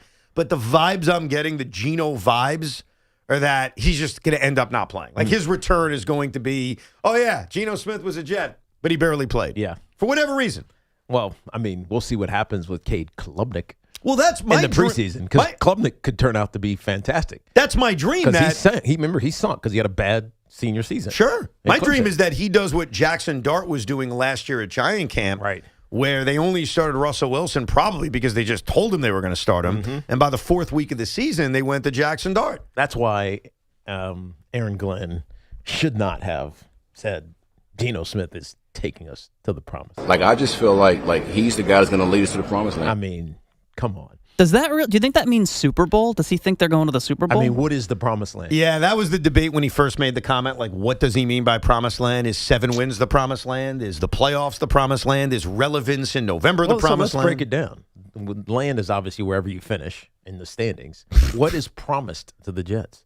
I mean, to me, what is the pinnacle for the Jets? I honestly, when I hear the term promised land, whether it's with the Jets or anybody else, I think championship. It can only mean championship. I can't say. But we're dumbing it down because we're the Jets now. No, I know. And so what is promised land? What has been promised to them? One interception on defense. By their great Messiah. What has been promised? I think what Aaron Glenn said last year was that we'll be proud of the Jets, and he left it very open-ended. So whatever he's being proud is. He's going to make you feel proud. Yeah. Oh, okay. And then it goes to, what will make us feel proud? Guy called up and asked me that yesterday. He said, what would make you proud as a Jet fan? And my answer, Teak, was relevant November football. Relevant November football. Yeah, get me to November where I'm breaking down scenarios with you on the air. Where I'm like, take. Okay, so will it be Gino leading you there, or will it be Cape Clubnik? I mean, the answer is no one's leading us there. I mean, if you want the real answer. That's the promised land. The New York Jets suck. Why are you laughing? Lots of reasons, Aaron. Lots of reasons. Let's go to Hector calling from the Bronx. What's up, Hector? Hey, Hector. Hey, guys. How you guys doing today, man? All's well. I don't get through to you guys often because I'm usually a nighttime caller. I drive trucks around the country, so my wife drives this time. Let me ask you a question. Then. How do you think our boy Loogie's doing at night? Since you listen to him all the time, you think he's doing a good job? I actually talk to him almost either him or Centron. I talk to him almost every day when I call at night. So those guys are doing a great job. Nice. They keep me up at night. Good. So they're doing a great job. Awesome. And But Evan, you're like one of my favorite dudes as far as baseball talk. Because even though you're a Met fan, I feel you call it down the line, and I really respect that. I'm a Yankee fan though, but and I'm one of those fans that I don't wish harm on your team. I don't root against you guys because I do want to see a Subway Series again. Right. So the only time I root against you guys is when you play my team, of course. I get it. With that being said, yep. I think that you guys I have to disagree with you guys on one thing: the Lindor stuff. I feel like there's like a short-term memory loss here. Like this guy, yes, he finished. He was getting MVP votes a year or two ago, or whatever, because he finished strong from the All-Star break on. But every year, historically, this guy doesn't show up for April and May and going into June. And I feel like what turns him around is when you guys play the Yankees. And for some reason, which drives me nuts, I don't know why, whenever the Red Sox or the Mets, no matter how bad they are, when they play my team, they beat us up. And I just drives me nuts. So whenever you guys want to turn around your season, you play us and you start having a good season. Yeah, here's the problem. We don't play until September. Right. So Be too late. Are you suggesting then that maybe Lindor would be better served as a Yankee? Well, I get why people bring that up because the Yankees do not have a shortstop. I mean, they just don't. Like right now, their shortstop to most Yankee fans is Jose Caballero. And he's a utility guy. And we all kind of agree that he's only the shortstop because he's the best option, not because he's a great option. And so, yeah, if Lindor became available, I totally get why Yankee fans would want him. But my point on Lindor is very simple. I don't want to trade him because I don't see an avenue where the Mets are getting better by trading him. Yeah. And so we could sit here. Because, look, something happened last night in the Met game. I said that we don't talk about the games very much unless you listen to the Rico. But I will bring this up because we are talking about Lindor. He did not hustle on that ground ball infield hit by Jorge Polanco. And if it wasn't for the Met offense exploding right after that, Francisco Lindor could have cost them the game by going to third base very gingerly with 2 outs. It was an egregious lack of hustle from Francisco Lindor. Yeah, there's no urgency in that moment when your team needs wins. They're desperate for wins. And that's a bad job by him. Of course, because that's what leaders would do. Absolutely. So my answer to this is I'm not thrilled, and I hope that Andy Green said something to him. This does not make me ready to trade him because of this move, but it was bothersome, and I don't know why he did that. I don't know if it was just taking because Soto had this earlier this year too, so let's not act like he's above it as well. Remember that ground ball to second base? It got booted 5 times. He wasn't running. Lack of hustle is a problem, and it's a problem with 2 of their best players, and it's got to change. And I don't know if Andy Green is necessarily the guy that's going to change it. I don't know if it's Alex Cora who's going to change it or Carlos Beltran who had his moments where he didn't hustle, but that kind of stuff can't happen. I like Lindor. I don't want to trade him. That bothered me last night. I got to be honest with you. I can see it. Yeah. Now, let's get to Volpe when we come back because there was major controversy around him. We dive deep into Volpe's response and other reports that maybe corroborate Michael Kay's first report. Our friends at Town Fair Tire remind you, at Town Fair Tire, you always get the guaranteed lowest price on name brand tires. From Connecticut to Maine, nobody beats Town Fair Tire. Nobody. It just hit me. We forgot to guess the Yankee turning point. So we'll do that when we come back as well. Yeah. Do we really care? You want to skip it? So, I mean, you only do it because you feel like you need to do it. That's not true. I do it because I love guessing. Yeah, I think it's a fun game. It's for the callers. It's not for you. Wow. Tiki doesn't want to guess the turning point anymore. When Sean's sitting there, we don't do it. We always do it. Not when Sean's here and you're out. Wow, so you guys hate it. Yeah. That's one of those things that I just realized I'm the only one that likes. Of course. I got to figure out more things. You thought the entire time it was a big show thing. It's just you. I thought the whole show. What are you going to tell me now? Posted and toasted? You don't like that either? I actually love that. Yeah, exactly. Summer's heating up, and there's nothing more refreshing then an ice-cold Surfside iced tea and vodka or Surfside lemonade and vodka to break the heat. Made with real vodka, Surfside is only 100 calories and 0 bubbles. That's right, no carbonation, so it's easy to sip and enjoy no matter what your plans are this weekend. It's not a seltzer, it's a Surfside. Sold at bars, restaurants, and stores near you. Must be 21. Please drink responsibly. Sports fans, the biggest weekend of the year is coming to New York. Fanatics Fest takes over the Javits Center July 16th through the 19th. Next week, we're almost there. We'll take the 6th caller at 866-540-WFAN for your chance to win a pair of tickets to Fanatics Fest for one day of your choice. See athletes, cards, memorabilia, and WFAN broadcasting live all weekend. From our friends at Fanatics, visit fanaticsfest.com for full details and to purchase tickets. And this portion of the program is sponsored by the New Jersey Division of Highway Traffic Safety and also sponsored by the Martin Tuckman School of Management at NJIT. From off-season moves to position battles and the biggest storylines surrounding the Giants and Jets, WFAN is getting you ready for football season. Expert analysis, breaking news, insider insight. Football lives here. WFAN. Hi, this is New Jersey Attorney General Jen Davenport. Speeding puts everyone at risk. That's why officers and troopers are actively looking for drivers who drive too fast. Don't let speeding be the reason that you or someone else doesn't make it home. Slow down and drive safely, New Jersey. You can feel it in the air, can't you? The days are getting longer, the temperature's getting warmer. Now is the time for summer road trips. You need a vehicle that makes every drive an adventure, and that's where the Ford Explorer ST line really does shine. Their ST line is a sharp-looking appearance package. It's got a blacked-out grille and 21-inch alloy wheels. And the best part? It's available with Ford Blue Cruise, their hands-free highway driving, making long road trips so much smoother. The Explorer ST line. Test drive one today at your local Ford stores. Hi, I'm Patty, founder of Awesome Tex. I started with a big idea to give old clothes a new life by turning them into recycled fibers and threads. Everyone told me that this was going to be impossible. But Chase for Business believed in me. They gave me a lot of guidance from the beginning. Get financial guidance from bankers in the New York community and convenient digital tools all in one place.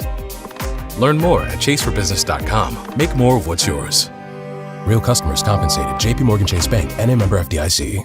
If you're a small business owner, choosing the right wireless provider can make a huge difference. Trust me on this. That's why I've always and only partnered with Verizon Business. Their My Biz plan makes it easy to build a wireless plan that fits the exact way you work. Period. Stop. Get the flexibility and reliability your business deserves, including built-in security or international calling. Connect with a Verizon Business rep today at verizon.com/bizfans and get started right away.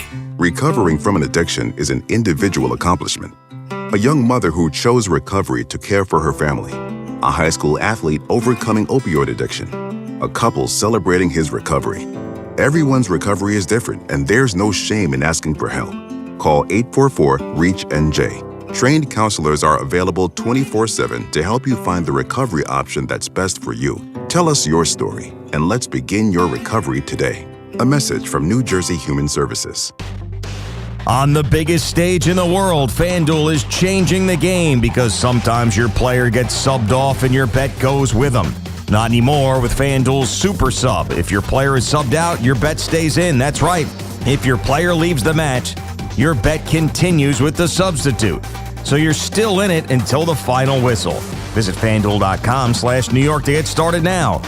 Let there be goals this summer on FanDuel. Just visit FanDuel.com/New York, and with FanDuel Super Sub, if your player is subbed out, your bet stays in. That's right. If your player leaves the match, your bet continues on with the substitute. So you're still in it until the final whistle. We just love the app around here. It's safe and secure and has all the betting markets you could possibly want. And when you win, you get paid instantly. FanDuel Sportsbook is the official sportsbook of WFAN. 21 and over and physically present in New York. For help with a gambling problem, call 877-8-HOPE-NY or text HOPE-NY 467-369. Orgavattazona? Is that a word? In the 2026 Kia Sportage Turbo Hybrid, it might as well be, because it can be one road trip. It's all about turbocharged power and hybrid efficiency working together, so you get the thrill of quick acceleration and the satisfaction of fuel efficiency. Book a test drive and keep the adventure going. Kia, movement that inspires. Call 800-3334-KIA for details. Always drive safely. T-Mobile has an exclusive bundle for customers 55 and up. I'm Sarah Bowl. Yeah, I'm Frank Bowl. A reliable network is key for us. And with T-Mobile, it's been wonderful. And going to the 55 plus plan saved us so much money. A lot. And that's important. Trying to keep costs down. The home internet's been perfect. It's fast, it's quick. The setup was so easy, it took less than 15 minutes. It was like, ta-da! If you want simplicity, coverage, reliability, you want the whole package, T-Mobile has it. Right now, T-Mobile customers 55 and up can get 2 phone lines on America's best network, plus America's fastest 5G home internet for just $30 each. $30 per month each line with autopay plus taxes and fees. Minimum age 55. Pricing for home internet rely on 2 lines of Essentials Choice 55. $35 connection charge per line required. Best mobile network and fastest 5G home internet based on analysis by Ookla of Speed Test Intelligence data 2H 2025. All rights reserved. Tune in for the Yankees' first pitch presented by Montefiore Einstein, the official hospital of the New York Yankees. The savings are here! The savings are here! Happy birthday, America! It's America's 250th birthday. We're celebrating all month long at Nielsen Dodge by giving you freedom of choice. Save up to $250 off service. Save up to $250 off accessories. with leases for $250 or under. You'll start feeling the vibes the minute you arrive.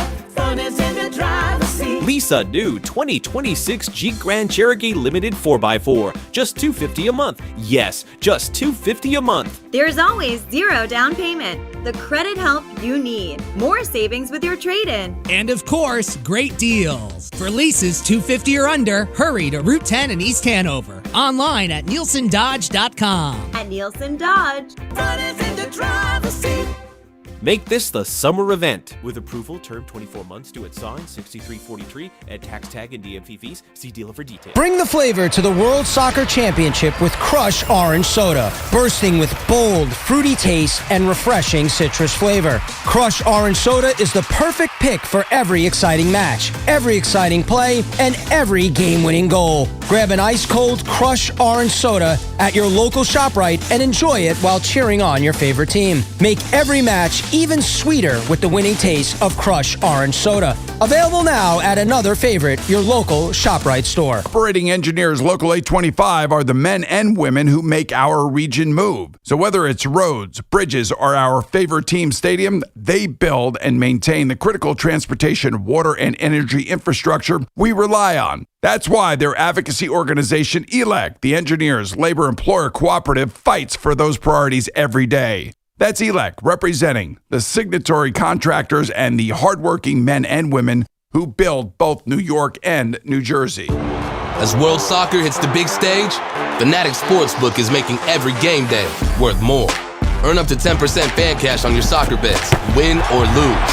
That's real extra value you can unlock every match, all tournament long. And fan cash isn't just for betting. You can use it anywhere in the world of Fanatics. On game tickets, merchandise, collectibles, profit boosts, and more. One ecosystem, endless ways to spend. Plus, new customers get up to $1,000 in fan cash. That's $100 bet matched every day for your first 10 days. The world is ready. Are you? Fanatics Sportsbook. Winning hits different here.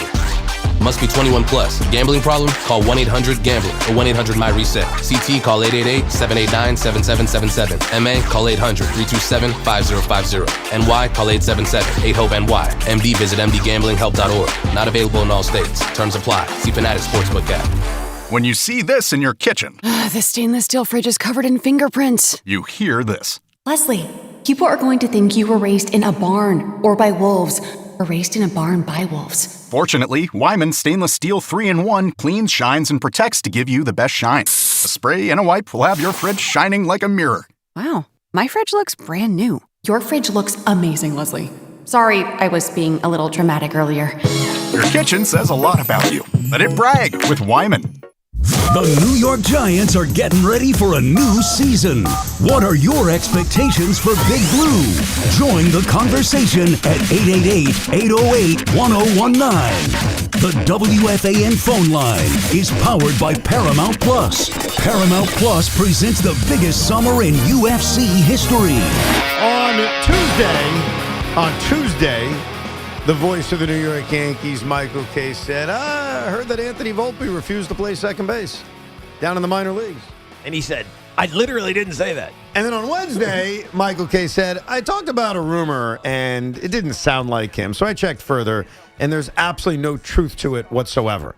But like I said yesterday when we talked about this, the idea that Kay one day said Volpe refused to play second base, and the next day said, I checked in on it, it's not true. Yeah. I think the toothpaste is out of the tube.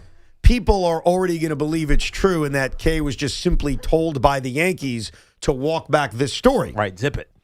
Anthony Volpe addressed it yesterday and was pretty adamant that that never happened. He's a team player. But a lot of sleuths on social media found another report about Anthony Volpe refusing to play second base. Who was that one from? And this guy has not recanted it. Ladies and gentlemen, I present to you, we have the audio of it. Audio of it.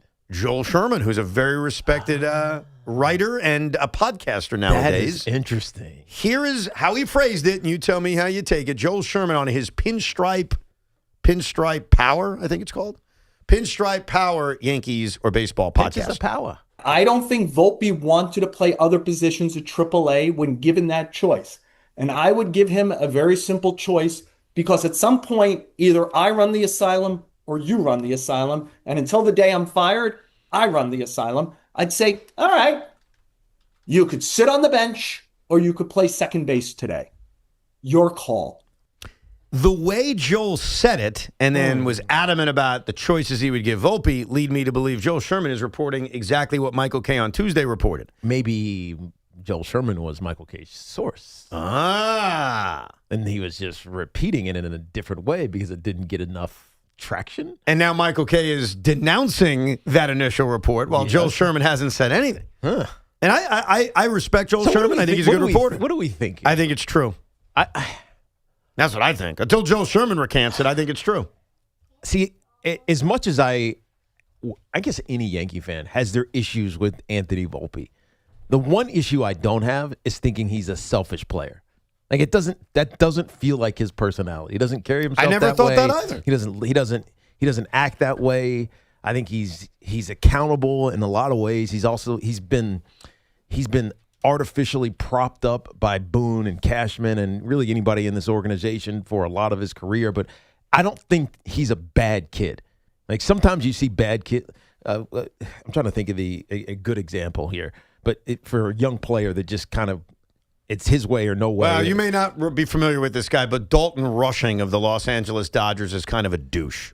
Okay, he's a perfect example. Yeah. Right, but Anthony Volpe's not that kid. I didn't think that either. He seems like a really good kid. No, I never assumed that this would be the case. Look, a year ago, I wanted Anthony Volpe to learn other positions. That was my whole point, too, and I've made that point for a while. So I would agree with the idea that that's what he should be doing. Why he was never playing second base in the minor leagues is tough to explain. Yeah. And Joel Sherman, based on that little clip we played, is essentially reporting the same thing that Michael Kay went back on. Joel Sherman I respect him. Like, there are times he pisses me off, but I think he's a great reporter. Of course. And I haven't seen him recant this at all. Yeah, but don't you think... So I believe him. Don't you think part of this could be just misunderstanding on what Volpe says because of what the team tells him?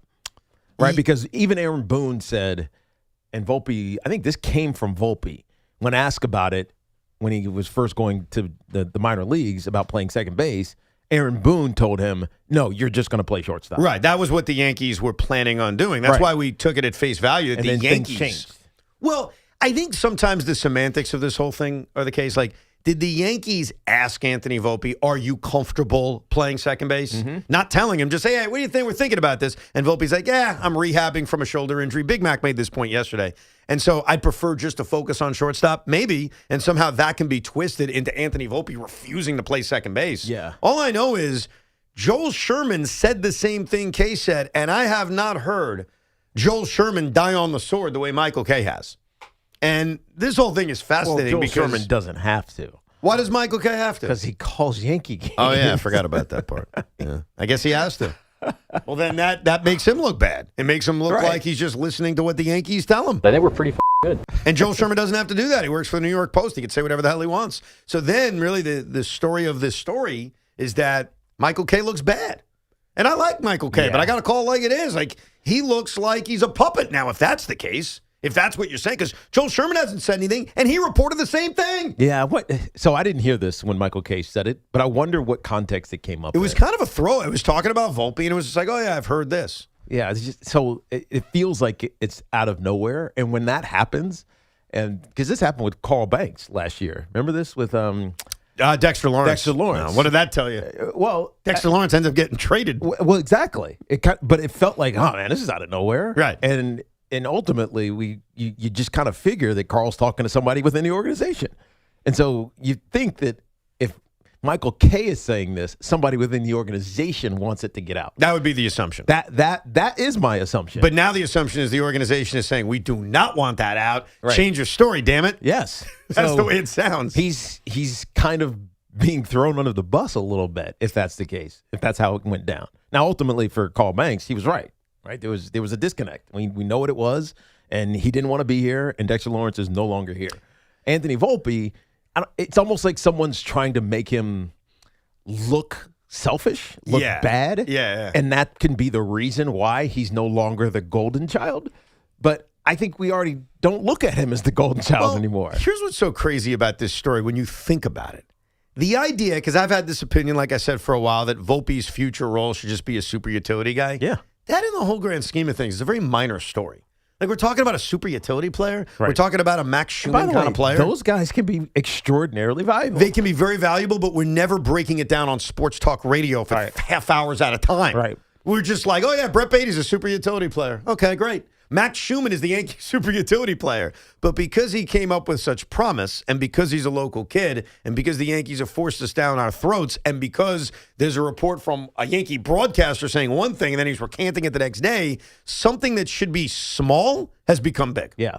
And it really isn't a big story when you think about it. It really, of course, it's not a big story. And refusing to play second base because he was told he was only going to play shortstop is kind of just him saying, well, you told me I'm playing shortstop. Right. It'd be like, hey, Tiki, you're going to play wide receiver today. I'm like, what? I'm a running back. Right. Like, why would I play wide receiver? I mean, if I have to, I have to, but why would I do that? I might not be good at it. There is more value in Major League Baseball, especially when you're not very good. Hello, Brett Beatty. If you could play a million positions, you have a better chance to have a job on a Major League roster if you're versatile. Yeah, so and Brett Beatty's playing a different position today. Yeah, second base. Well, and remember, he played third base, and he played first base, and he played right field. Right. There's a chance Brett Beatty and his .215 batting average, think about how bad that is, even though he's been better lately. There's a better chance he's on a Major League roster next year because of all the positions he plays. Right. If he played one position, he'd be in the minor leagues. By the way, you think that's in on purpose?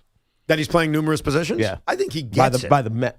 Yeah. Right. But I'm talking about by the Mets. Yes. To make him more valuable. Yes. Right. Yes. Not only valuable to themselves, but maybe to another team. 100%. There's a value in that. And speaking of Brett Beatty, he completes the trifecta. Which is? So I am wearing, if you're not consuming this on the YouTube, I'm wearing a New York Jets t-shirt. It's just the YouTube, not the YouTube. Oh, YouTube. Connor Green. Like the Facebook back in the day. Yes. Connor Green is wearing a much more badass Jets sweatshirt. Ah. We complete the trifecta. Oh, I thought I had one. With the fact that Brett Beatty, in his postgame last night, was wearing an awesome Jets hat. Was he? Yes. A triage. Wait. A triage. Oh, he was with Gerrit Wilson. You know the connect. Yes. I know, but I thought for some reason, and maybe because Sauce is on my brain, Gardner, I thought it was Sauce, but it's not. It's Gerrit Wilson. Him and Gerrit Wilson played football together in high school. They're very close. And Brett Beatty's a big Jet fan. And I assume Gerrit Wilson returns the favor and is a big Mets fan. Mm-hmm. They have a nice relationship. So for the sake of Gerrit Wilson, we may have to keep Brett Beatty around.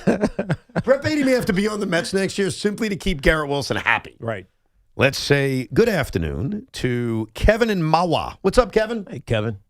Hey, guys. Thanks for taking my call. Pleasure, I called in to talk about the Jets and Giants, the promised land, what the promised land is, but Yes. now I also have a baseball question. All right, so go if I ahead. could ask that real Do both. Go ahead. All right, the promised land for the Jets and the Giants would be no planes flying banners around MetLife for the entire season. That's a victory. That's the promised land. Oh, man. Did the Jets have one last year? No, but we had an Idzik one years ago. But you didn't have one last year. Not last year, but the Jets have had banners too. Right. Like, we get it as well. Right. Wasn't there one Giants one at the end of the season last year, or when? There was. The Giants have been more known to have the banners over the last couple of years, but both franchises have the banners flying over in their history. Right, there's a history. Is that because Giants are highfalutin and Jets are blue collar? I mean, it costs a lot of money to fly a plane. I think that's the answer. We just drive a truck across the road. Hey, I want to waste $5,000 or whatever the heck it costs. Exactly. Right. So my baseball question, real quick. I know you're a pro-level scorekeeper. I used to play baseball. I know how to score, and I was thinking about that double play that the Yankees tried to turn like a month ago, and they got no outs out of it. And I was wondering how you score a double play that ended up at no outs. You know well, then I do know the play. It's not a double play because you didn't get any outs. Was it just it an becomes a fielder's choice or whatever leads to the guys getting on base. It's not a double play. Speaking of scorekeeping, I got the ultimate vindication yesterday. About? Oh, it makes me feel so good. So do you remember, and if you don't, that's fine, the Saturday Mets-Braves game, there was a pop-up to short center field that Tyrone Taylor dropped? Yes. You remember that play? 3-run? They called it a double. I mean, come on. It's an error. Yeah. I was so pissed off. Because he touched it. He touched it. He dropped it. I know. He dropped the pop-up. Right. And they called it a double. Right. I was so pissed off. I left that scorecard, that moment, completely blank. And I would not finish my scorecard. Wow. I wouldn't do it because I said that is an egregiousment of justice. That was your subtle, not heard protest. Correct. Yesterday, just whipped the book out. Yesterday, they overturned the call. It is an error. I was right. The runs are unearned at the behest of Shaw Manaea. Did you go back and score the game again? No. Remember, I scored the entire game. I left that little one spot. That one spot. I'm like, I'm not putting a double. Right. I will not do that. And I'm not putting the final score with hits and errors up until I know that they fix the injustice. And yesterday, I had a flat tire, so I found out as I was waiting for a tow truck to come my way. A flat tire? Yeah. Come on. Yeah. Oh. That's bad driving sometimes. You blame me for this? Yeah. You know what? So I'll give you an example. So, you know, my daughters do CJA. The parking lot is like gravel. And it's like a construction site on the other side. I'm like, Trace, don't park in the gravel because there could be nails. That's a fair point. And she kept getting flat tires. Oh, that's her fault. I was like, stop parking in the gravel. But I didn't park anywhere. I'm just saying, sometimes it's driver error. I agree with that. In this case, it wasn't, but I got to tell you an amazing story. Okay. And I'm not angry. I promise you. All right. I'm over it. It's all fine. Do you not know how to change the tire, by the way? So I don't. And to make matters worse, I didn't have a spare. So I needed a complete tow job. Look at you, Connor. So I'm on the hutch, and it pops up that I've got. on the hutch? Yeah. Oh, that is terrible. It pops up at 27 of the whatever the tire pressure, PSI. Okay. And I'm like, oh, let's see if I can get home with it. It starts sinking so fast. I'm like, I got to get off. So I get off. I somehow find a gas station, pull into the gas station where you could pump air in. And I'm like, all right, let me try to pump some air. If it goes down that fast, there's something really wrong. No, and you're right. So I pump the air in. It goes down immediately, like to a zero, right? So it's like flat on the ground. It ends up on the ground. Oh, dude. So I call up. That's hard to change. I call up the insurance. I call up the tow truck. I'm good to go. As I'm waiting in my car in this gas station right by the air pump, some guy comes up to me, knocks on the window and says, "Can I help you?" And I said, not really much you could do, but as you can see, I have a flat. I was trying to fill it up. And he says, well, this is my gas station, and you are blocking the pump. And I you said, can't now you can't move unless you want to drive on your rim. Well, that's what I said. I said, what would you like me to do? Like, literally, I came here to put air in it. It's not going up. It's going flat again. And he's like, not my problem. You're blocking the air pump. So what did you do? You do like a Fred Flintstone where you put your feet through the car and walk it? So I said to him, all right, I respect that. You don't seem to care very much about my situation. I'm going to try to move this car to that spot because luckily it was on a side street. Yeah. Like I could just pull it right up to a meter. And somehow I drove the 30 feet on this flat just to make this schmuck happy. Right. Because I was blocking his air pump. It's $2 that he makes for someone to pump air in a tire. No one was coming to pump air in a tire. I'll give him $20. I'll make him feel better. Time out. What a moron. Time out. What? In New Jersey, we don't pump our gas. That's correct. We also don't have to pay for air. You have to pay for air? Yeah, $2. Oh, come on. But that's why he wanted me to move so he could make his $2. That's a ripoff. I was thinking of giving him $20 just to shut him up. And I was like, you know what? How much did it cost for the brand new tire then? I haven't gotten there yet. Oh, okay. I had it towed and I left it, so I don't know. I don't even know where the car is right now. What? How'd you get in today? I took a different car. Luckily, I have a car. So now your wife doesn't have a car? Yes, something like that. No bike today? Yeah. Well, Does Abuelo have a car? Yeah, luckily. We have extra cars, so we're in a good spot. Oh, you're big time like that. You're a millionaire.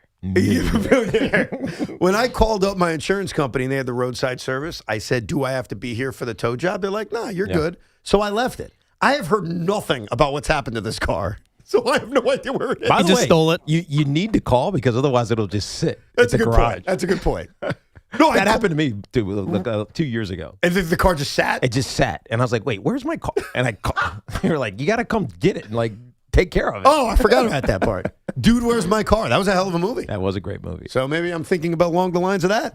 Let's go to Mike in Baltimore, down in the beautiful city of Baltimore. What's up, Mike? You are a walking movie, Evan. Go ahead, Mike. Hey, What's how up, you guys dude? doing today? We're good. All right. Hey, I hear all your Volpe problems up there in New York, and I'm an Oriole fan, of course. Okay. But let's face it, I've been an Oriole fan since mid-'60s, and they suck. They're going to keep on sucking. Okay? Okay. Well, I like some of the players, and I'd like to see them, in a winning situation.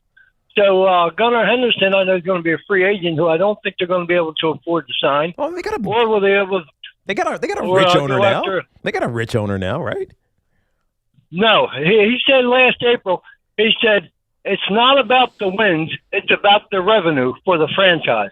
Wait, he said that. He said that to you guys? Yeah, Oh, he said man. that publicly. Wow. So once again, we got another ambulance.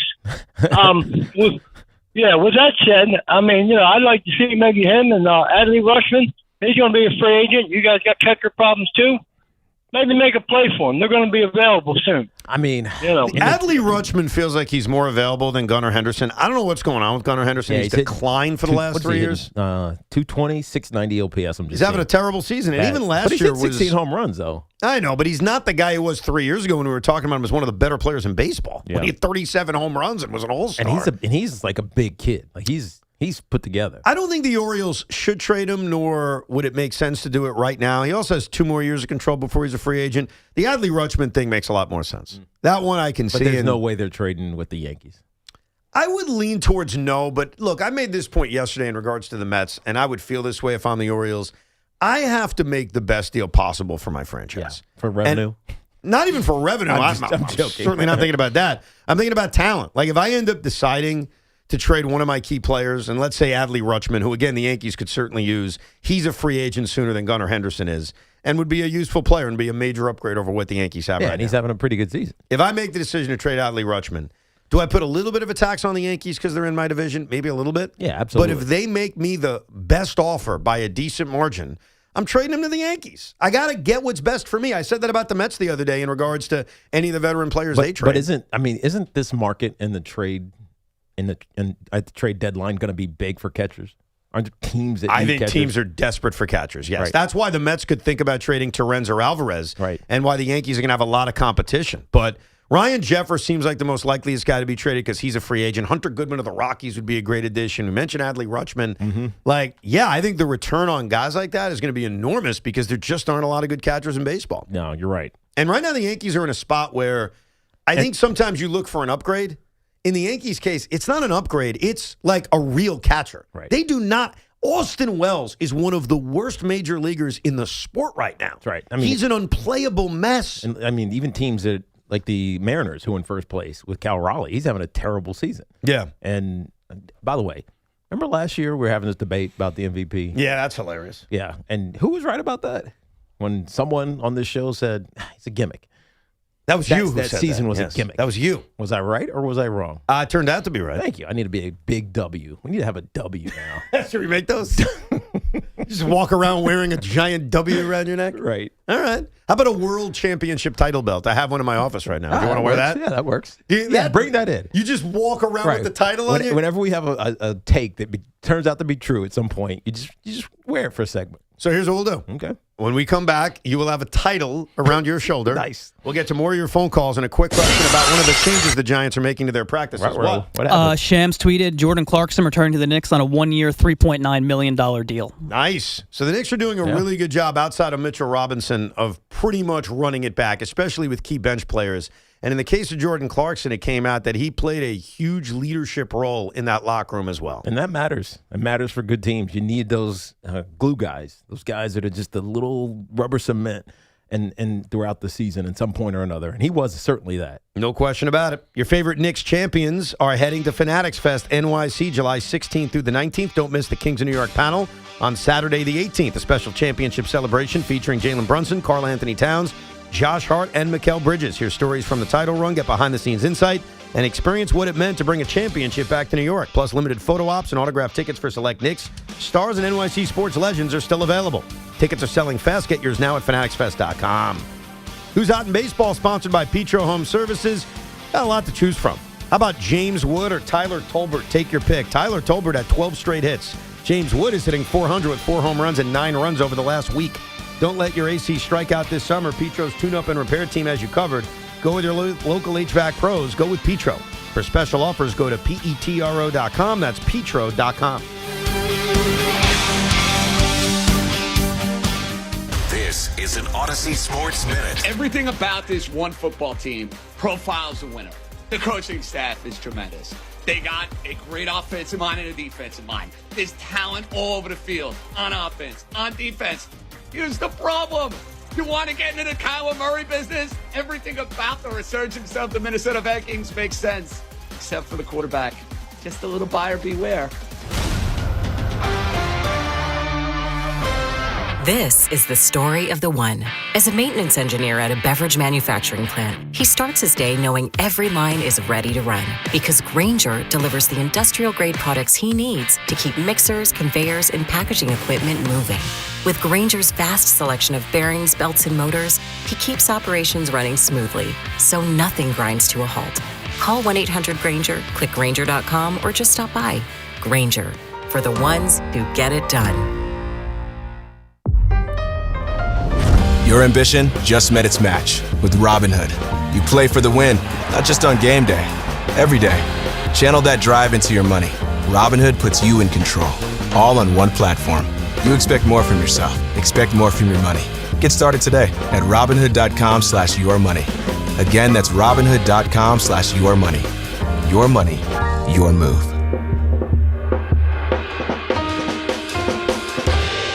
Here's a World Soccer Championship preview. Brought to you by Lowe's. Members get more at Lowe's. And by the first ever Infiniti QX65. We get a rematch of a 2022 semifinal between France and Morocco. This time, it's a quarterfinal in Foxborough. France has emerged as the top favorite among the 8 teams left in the tournament. Morocco's been battle-tested so far in the tournament, including surviving a penalty shootout in the round of 32. I'm Mike Conti. Bring the flavor to the World Soccer Championship with Crush Orange Soda. Crush is the perfect pick for every match, highlight, and game-winning goal. Make every match even sweeter with Crush Orange Soda. Don't miss Conor McGregor's epic return against fellow icon Max Holloway at UFC 329. Saturday, July 11th at 9 p.m. Eastern Time on Paramount+. Clouds and sun, high 84. Weather brought to you by Capital One. Capital One offers no fees or minimums on checking accounts. What's in your wallet? Terms apply. See CapitalOne.com/bank guide. Capital One NA, member FDIC. The World Cup is here, and NJIT, the #1 public university in New Jersey for alumni success, is putting you in the action. Track how loud your city is with the Fan Sentiment Hub built by NJIT's Martin Tuckman School of Management. Visit njit-worldcup.com. No! USA is up 2-0. That is the most dangerous lead in soccer. Relax, Mike. See that, Dan? My left eye is twitching. That's my warning eye. It'll be 2-2 by stoppage time. It's never wrong. With early payout from Bet365, I got paid the second they went up 2 goals. So to me, it's now the safest lead. Early payout from Bet365, huh? Now my right eye is twitching, Dan. Bet365. Winning is everything. Gambling problem? Call 1-800-GAMBLER. 21 plus only. Must be physically located in New Jersey. T's and C's apply. In Apple. Optimal Fibers in the house. Y'all know the number. 877-393-4448. Optimum Fiber, so fresh, so fine. Got another provider leaving behind. Come on, everybody, let's get online. $30 a month, gonna blow your mind. 5 whole years, don't hesitate. Lock it in now before it's too late. 877-393-4448. Terms apply. See KeyOptimum.com for details. Sal Licata here for CertaPro Painters. You know, my home is a happy place, especially when my wife is satisfied. And that's not always an easy thing for me to achieve, but my friends at CertaPro Painters, they had no such problems. Big jobs or small, the good folks at CertaPro Painters are at your service. If you've been putting off a painting project, give them a call now at 1-800-GO-CERTA. That's CERTA with a C, and you'll see exactly what I mean. 1-800-GO-CERTA. Call CertaPro Painters today and get a no-nonsense free estimate on a professional job that you'll be happy with for years to come. Each CertaPro Painters business is independently owned and operated right here in our community. Schedule your free estimate online at CertaPro.com. Orgavada Zona? Is that a word? In the 2026 Kia Sportage Turbo Hybrid, it might as well be, because it can be one road trip. It's all about turbocharged power and hybrid efficiency working together, so you get the thrill of quick acceleration and the satisfaction of fuel efficiency. Book a test drive and keep the adventure going. Kia, movement that inspires. Call 800-3334-KIA for details. Always drive safely. If you're still using a sports book to bet on the soccer tournament, you're getting robbed. Delete that app and join the millions using Polymarket. Polymarket is a prediction market, not a sports book. Trade against other fans, not the house. Polymarket, your go-to prediction market for soccer's biggest stage. Available in all 50 states. Download the Polymarket app. Use promo code BLAZE to unlock $50 free for your first trade. That's promo code BLAZE. Trading not available in all jurisdictions. Check local regulations before trading. Restrictions and eligibility apply. And the match is about to begin. Most of the team is out with COVID-19, so there'll be some substitutes tonight. What's this? We have an unexpected guest on the field. It's a dog. Well, they could do with extra players. She's going for the ball. Are front paws hands or feet? Soccer season is full of surprises, and COVID-19 could be one of them. If you test positive, prescription medications may help. Ask your doctor if they're right for you. Learn more at PfizerForAll.com. Sponsored by Pfizer. I move mountains for a living. Literally. That means I don't carry hand lotion, and when it comes to serious heartburn, I don't mess around with anything but Rolaids Max Strength. Its dual-active formula has 1,500 milligrams of calcium carbonate and magnesium hydroxide that relieves heartburn fast. And the best part? The roll fits right here in my pocket, so I can get back to moving mountains. Rolaids spells powerful relief. 1,500 milligrams is our highest amount of antacid per tablet. Read each label. Use as directed. Keep out of reach of children. Attention. Have you racked up $10,000 or more in credit card debt? Are you barely getting by making minimum payments? With credit card debt reaching all-time highs, National Debt Relief is notifying consumers about significant debt relief options currently being made available to help those with overwhelming credit card debt. These options may reduce a large portion of credit card debt for those who qualify. You don't need to declare bankruptcy or take out a consolidation loan, and you may only have to pay back a fraction of what you owe, even if you have bad credit. National Debt Relief has already reduced the credit card debt for more than 550,000 consumers, so don't wait. If you owe $10,000, $20,000, or even $100,000 in credit card debt, you can now take advantage of this financial debt relief as the cost of living continues to skyrocket. To check what debt reduction you may qualify for, call 800-358-6868. That's 800-358-6868. Again, 800-358-6868. Hi, this is New Jersey Attorney General Jen Davenport. Thinking about speeding? Think again. Don't let speeding be the reason that you or someone else doesn't make it home. Slow down and drive safely, New Jersey. There's nothing more refreshing than an ice-cold Surfside iced tea and vodka or Surfside lemonade and vodka to break the heat. Surfside is only 100 calories and 0 bubbles. That's right, no carbonation. It's not a seltzer. It's Surfside. Must be 21. Please drink responsibly. It's The Road Ahead, brought to you by our local Kia dealers. Visit kia.com and discover movement that inspires. The team from the Bronx continues its final road trip before the break against Tampa Bay, before wrapping up with 3 against Washington. Our friends at Town Fair Tire remind you that at Town Fair Tire, you always get the guaranteed lowest price on name brand tires from Connecticut to Maine. Nobody beats Town Fair Tire. Nobody. Start the day with Boomer and Gio, mornings 6 to 10 on WFAN, WFAN FM, WFAN FM HD1 New York, and Odyssey Sports Station. So when we get something wrong, or something egregiously wrong, we have to wear an L. And Tiki said we need something when we get something right. And so since Tiki called Cal Raleigh what'd you call him last year? Gimmick. A gimmick. Tiki said, I want to wear a W. So I said, I got something better than that. I got the big gold championship belt that you can wear. What do you mean it's yours? Mine. It's whose? It's mine. You got a rival, Teak. Spencer's like, that's my title. Go Acknowledge me. Come take it from me, young man. Spencer, you got to beat me in the ring. Acknowledge me. Wow, Spencer just took the title from you. Dang. Sorry about that. At least I had it for a couple seconds. You had it less than Sami Zayn, but you had it. Good job. So Good job, CM Punk. I think from now on, if there is something worthy of a victory, you can have the belt over your shoulder for a full segment. But clearly, this doesn't count. No. Because Spence is not letting you wear that championship. No, I have no chance today. No chance. Sorry about it. It's your belt? He's too excited. Can I borrow it?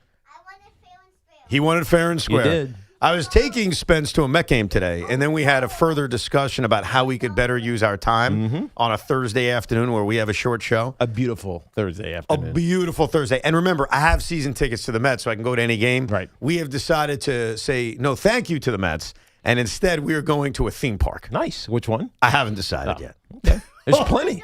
There's a lot of options. You could go to American Dream. You could go to Rye Playland. Yes. You got a lot of places. There's a lot of really good options. You are right. So we're going to make usefulness of this beautiful day. But before we get back to your phone calls, let's put Cody Bellinger in the window seat. And, of course, your window seat is brought to you by Windorama. Save up to 40% on new windows and doors. He is batting cleanup and playing first base today. And I said this to you at the beginning of the show. When you look at the Yankee offensive struggles, if I had to put a name to it, it's Cody Bellinger. Right. He has seen his average dip 40 points. He's seen his OPS dip 100 points in about 3 weeks. They need him. They need him to be better. So on this fine afternoon in Tampa against Drew Rasmussen, Cody Bellinger, you're in the window seat. I think you're right about that. He's the one right now that has to. I mean, Ben Rice as well, but Cody Bellinger is going to be relied upon as the season goes on, especially as long as Aaron Judge is out, to be consistent. There was a point earlier in the season where even when the Yankees were playing bad, you could always count on Cody to get a hit. Yep. He was always getting a hit, even if sometimes it's a home run, sometimes it's just a needed base hit. He hasn't been that as of late.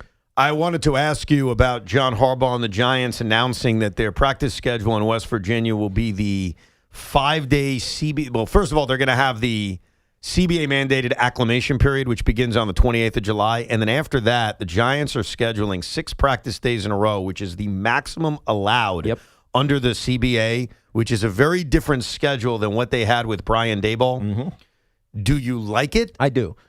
So I was having this conversation. I was with up in Indianapolis doing a show that we were talking about yesterday, and one of my favorite guys in the league was there, Deion Dawkins, who's the tackle for the Buffalo Bills. He's awesome. He's a fun follow on social media as well, and he's just got a ridiculously huge personality. And we were talking about training camp, and I was like, "You ready for training camp?" He's like, "No, I'll be ready for training camp when training camp gets here." But the one thing that we ended up talking about was how so many guys in the NFL come week 6, 7, 8, 9, 10, they end up being hurt and they're missing games. And so much of it is how, that was for you, Spence, the 6, 7. He caught it. Of course he did. Is how the guys can't make it through seasons anymore. Right. Part of it has to be the lack of physicality or intensity, really, is more the word to use in training camps. Like, we used to go through 2-a-days, so you were conditioned. Even if you got hurt in training camp, you were conditioned for the entirety of a season, not 6, 7 weeks.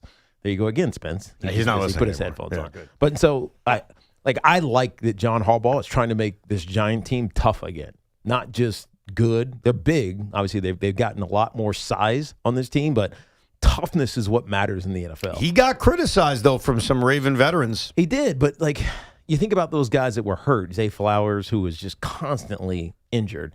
Great player, potentially, because it's always potential, because he was always hurt. Lamar Jackson was the same way.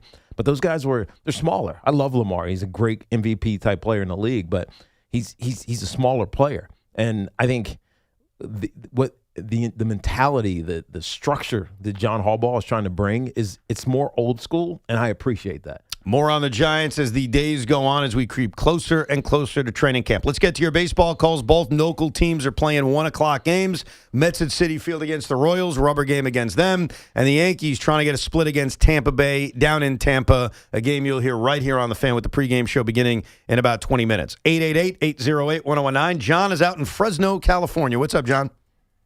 Good afternoon, guys. Love the show. Thank you, man. Hey, Evan, I'm one of those guys I watch every Mets game, regardless of the record. I watch every Rico because you bring a lot of insight.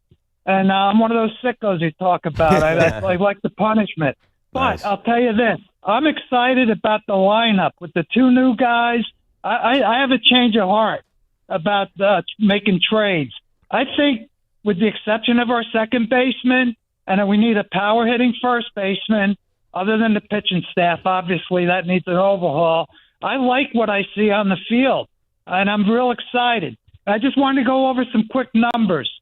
Best fielding percentage this year for his lifetime, Pete Alonso. 2 errors the whole time through. He's projected to hit 37 home runs and 104 RBIs. He has an 803 OPS, and his batting average is 252, which is his lifetime batting average. I don't see any declining there. Well, I think their decision to not keep Pete wasn't that they thought he would decline in 2026. It's more declining in 2029. Right, the length of the contract. Yeah, and that's not to defend them because I adamantly disagreed. I would have signed Pete Alonso. I would have made a 5-year offer. But if I want to be fair about the discourse on the Alonso decision, you got to look past the first year.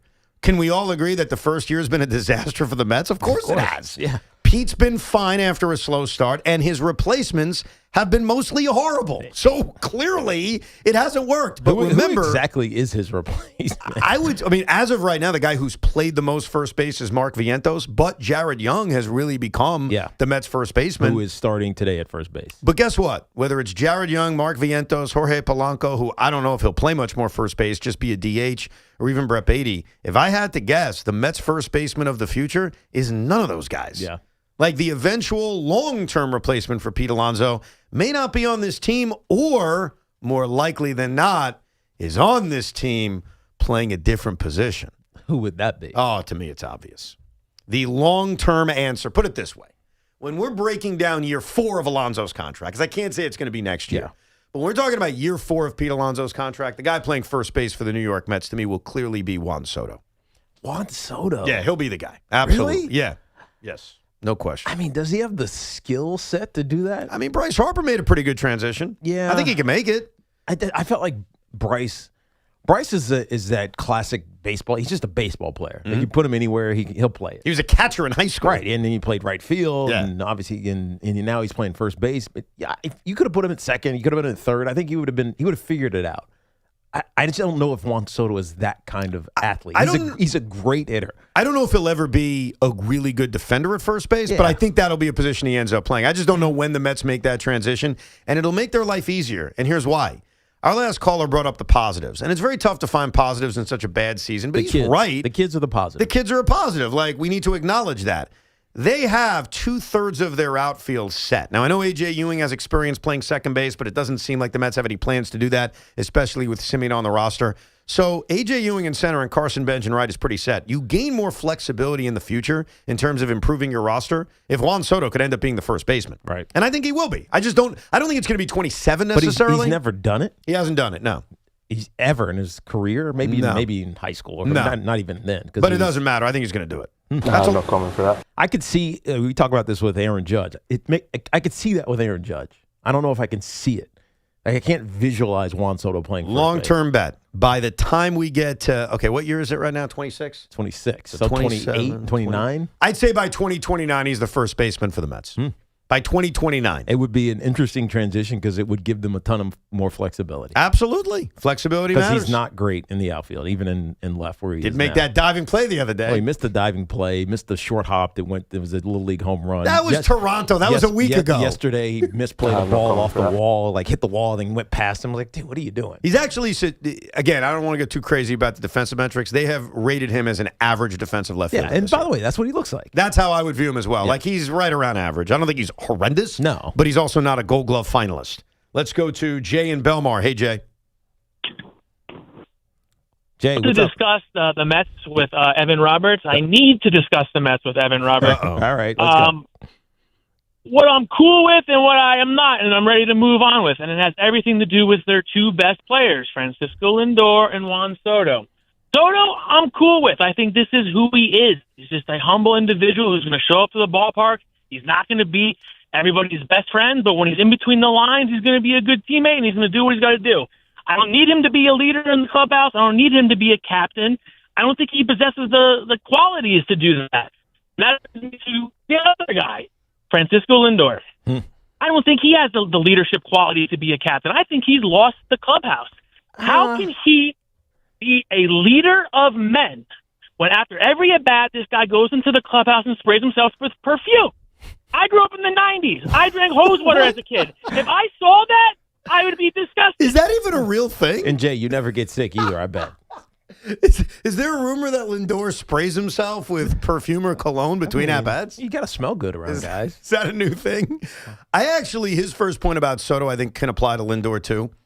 I don't get caught in the weeds in if this guy's leading or not. Now, I do think we know he has a history of being a really good leader. He does, but more importantly to Lindor is not even that. It's the 30-30. It's the Gold Glove defense at shortstop. It's being an elite-level shortstop. This season has been very tough to judge because of the start and stop nature of his injuries. Yeah. If he performs, he's worth having. Now, would they need to get leadership from another avenue? Possibly. So I've always talked up Giancarlo Stanton. I think he's a great leader in the Yankee room, and maybe that leadership comes from a different source. But when I value Lindor and I value Soto, what I am mostly valuing, Tiki, is that they're awesome baseball players. Right. Soto in particular, he's just a great hitter. You see it. He's the one consistent for this Met team. Well, I guess the young kids are as well right now, A.J. Ewing in particular. But I think Francisco Lindor, we talked about this 2 weeks ago, when Steve Cohen basically said we're never going to have a captain, it was almost directly focused on Francisco Lindor. It felt that way. And I don't care who you are or what your personality is like. When you get publicly slapped in the face like that, it stings. It hurts you. And you wonder if forgetting how many outs there were or even last night's lack of hustle comes from that kind of slapping. I don't know. Absolutely right. All I know is that Lindor has lacked that focus this season at times, and I don't understand why. Because it's not what we've seen over the last 5 years. And it's not enough for me to want to trade him the way some Met fans are, but I can call it out. I can at least acknowledge, hey, I don't like that. Randall is calling from Maryland. Hey, Randall. Hey, guys. Love the show.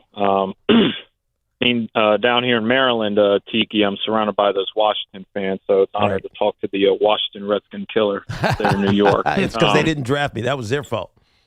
Yeah, well, they suck anyway. So I got two things, and I'll hang up. One, for the Yankees, I think what's frustrating for fans is these lulls that they go through year after year are so bad, and they seem so deep that you wonder to yourself, okay, it's around the same time of year, and they not always have the same teams. They have sometimes different players, but it's the same time every year. Two things that are the same is Aaron Boone and Brian Cashman, and that brings me to my question. Is Brian Cashman. I've heard people on this radio many a times bring up an idea of saying, as in the fans, saying, oh, how about, we look other ways, other people for GMs. And what happens, it seems like some of the hosts say, oh, that's crazy, this and that. Like, oh, the Yankees will never fire Brian Cashman. I'm not saying fire him now or Boone right now. Boone, maybe this offseason.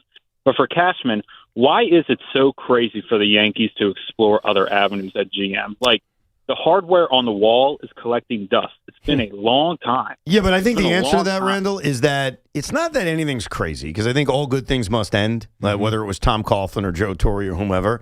I think it's that while they're not winning championships, they are still winning 90 games every single year. And so there's still a level of success that's occurring. That's fine, but what level of success do you want? Is it just, hey, this is good enough year after year? This is good enough. It's like, when is it like good enough? Let me counter that. Let me counter that, because I agree with you. It's not good enough, right? So we're on the same page. But do you think removing a general manager who has had that level of success, not the ultimate success recently, but level of success, do you think removing him and hiring, you name the person, gives you a better chance of success? Because I'd be curious who you want to replace Brian Cashman with.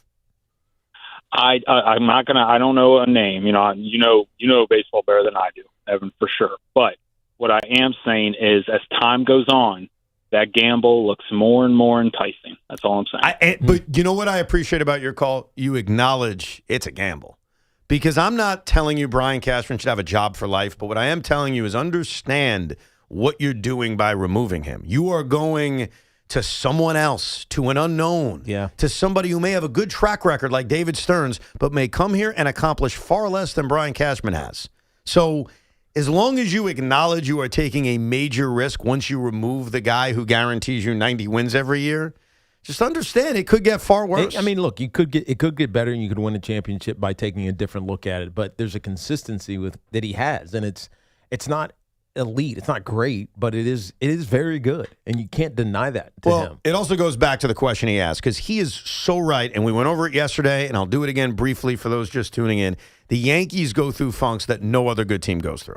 Right. It's just a fact now. It is no longer, well, that's baseball, Susan. No, it's not. The Yankees go through funks that no other good teams go through. And they're really bad. They look like the worst team in baseball during certain months of every MLB season. And it doesn't make sense because they're not one of the worst teams in Major League Baseball. So then why is it? And, he said the constant is Boone and Cashman. Do we really think it's Aaron Boone? Is it something he's doing as manager that leads to amazing starts, horrible June and Julys, and then recoveries where you get to the playoffs and maybe win a round? Like, let's not act like they just flame out. They don't.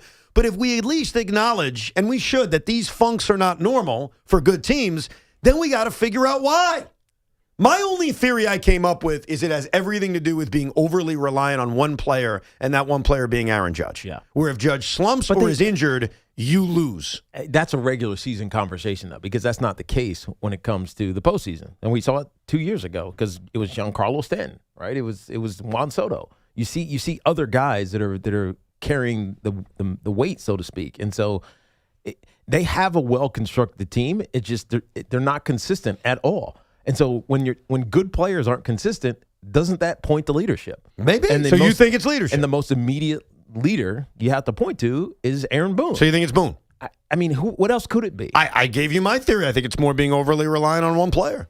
That's my theory. If I try to answer why the Yankees go through these sustained slumps. But that's not the case in the postseason, though. That's what I don't get. You're talking regular season. I'm trying to figure out why they go through sustained slumps in June and July that other good teams don't. That's what I'm trying to figure out. The playoff thing is a little different. In the regards to what we're going through right now, why does this happen every year? And I think it's an over-reliance on Aaron Judge. It's the only thing I think of. Maybe it is Boone. Let's go to Harvey and Dick Hills. What's up, Harvey? Hey, Harvey. Hi, everybody. How are you? We're good. Evan, please take this in the spirit I'm going to say it. You mentioned Wheeler before. I know you love audio tape. I spent an entire year with you and Joe that he was worth a $100 million contract, and you said he wasn't. I was wrong. By the way, you know what I got to do, Harvey, for you? I will do this for you. I got to find that tape. Like, we have access to the archives. I want to find me saying he's not worth it, you saying he is, and I will gladly play it on the Rico or here if Tiki's interested. Of course. So thank you. I watch Mets games just so I can communicate with the Mets chat. That's right. Now, do you have a date, by the way, Harvey, where you made that phone call by chance? No, I just remember I harangued you for an entire year. Oh, okay. I'll try to find it. I remember the $100 million contract at the time was what we were dealing with, if you remember correctly. Yeah. And I spent 15 years on your show with you and Joe, and I love it. You know that. No, I appreciate it, and I believe that you probably said that. I got to go find it now. I'm trying to remember. I know I did a drive home podcast when Zach went to Philadelphia, driving back home. And I'm trying to remember what I said. Like, was I emotional about it? Was I like, he's okay? Well, do you remember what you felt about him at the time? That he was going to be good, but not great? It was probably like that cautious belief that he can be good, but he hadn't fully put it together. By the way, I do want to congratulate Spence Roberts. He made it throughout an entire show without screaming, "I want dollars" and "Boom Mets." So I give you the floor. Is there anything you'd like to say to the audience, Spence? Go ahead.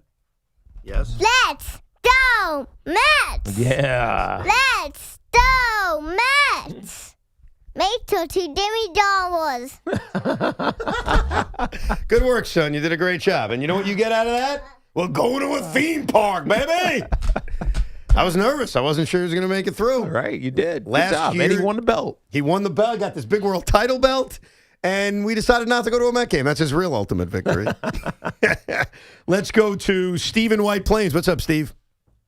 Hey, guys. Great show today. I just want to circle back to the play you mentioned where the scoring rule was changed. Yeah. You said an injustice was fixed, right? Yes. And they gave the error to Taylor. Well, if you watch that play and was mind-boggling to me, not that they originally scored it a hit, was that what caused that play was Lindor going back, Taylor coming in, and Taylor correctly calls off Lindor. Yeah. And instead of Lindor peeling off to the side, like every shortstop I've ever seen, He falls to the ground. Lindor falls to the ground perpendicular Right. and blocks Taylor and causes the error. Right. So another mind-boggling mistake by Lindor. Yeah. And By the way, that's a great point. It is a fantastic point because I don't care who you are. When someone falls at your feet, you're going to pick up your feet. You're going to stop looking at whatever the play was, and you're going to be like, oh, wait, he's going to undercut me. It's one of those miscues where the error is on Taylor because it went off his glove, but the mistake was created by Lindor. And it is weird, and we have to acknowledge it, and I'm a Lindor defender. He's had a lot of bad moments this season, whether it was that, the lack of hustle last night, the forgetting how many outs there were. Like, there's been a lot of weird stuff from him. Now, that's not enough for me to say get rid of him, but I can acknowledge it has not been a good year for him. By the way, not in the lineup today. So if you're on your way to Citi Field, get ready to watch Bo Bichette at shortstop and Mark Vientos at third base. If you're in your car getting ready for the Yankee game, get set. Emmanuel Barbari and Dave Sims have all the call and the coverage. It's a bullpen game against Drew Rasmussen. And understand what's on the line here. If the Yankees lose, the Rays win the tiebreaker. That's it. And the Yankees will have created a massive hole for themselves in the AL East. So this is a huge game down at the Trop. And you'll hear it right here on the Fan. And then you'll hear Big Mac react to it right when it's over. Great job, Connor. We're back tomorrow at 10 a.m. Enjoy the rest of your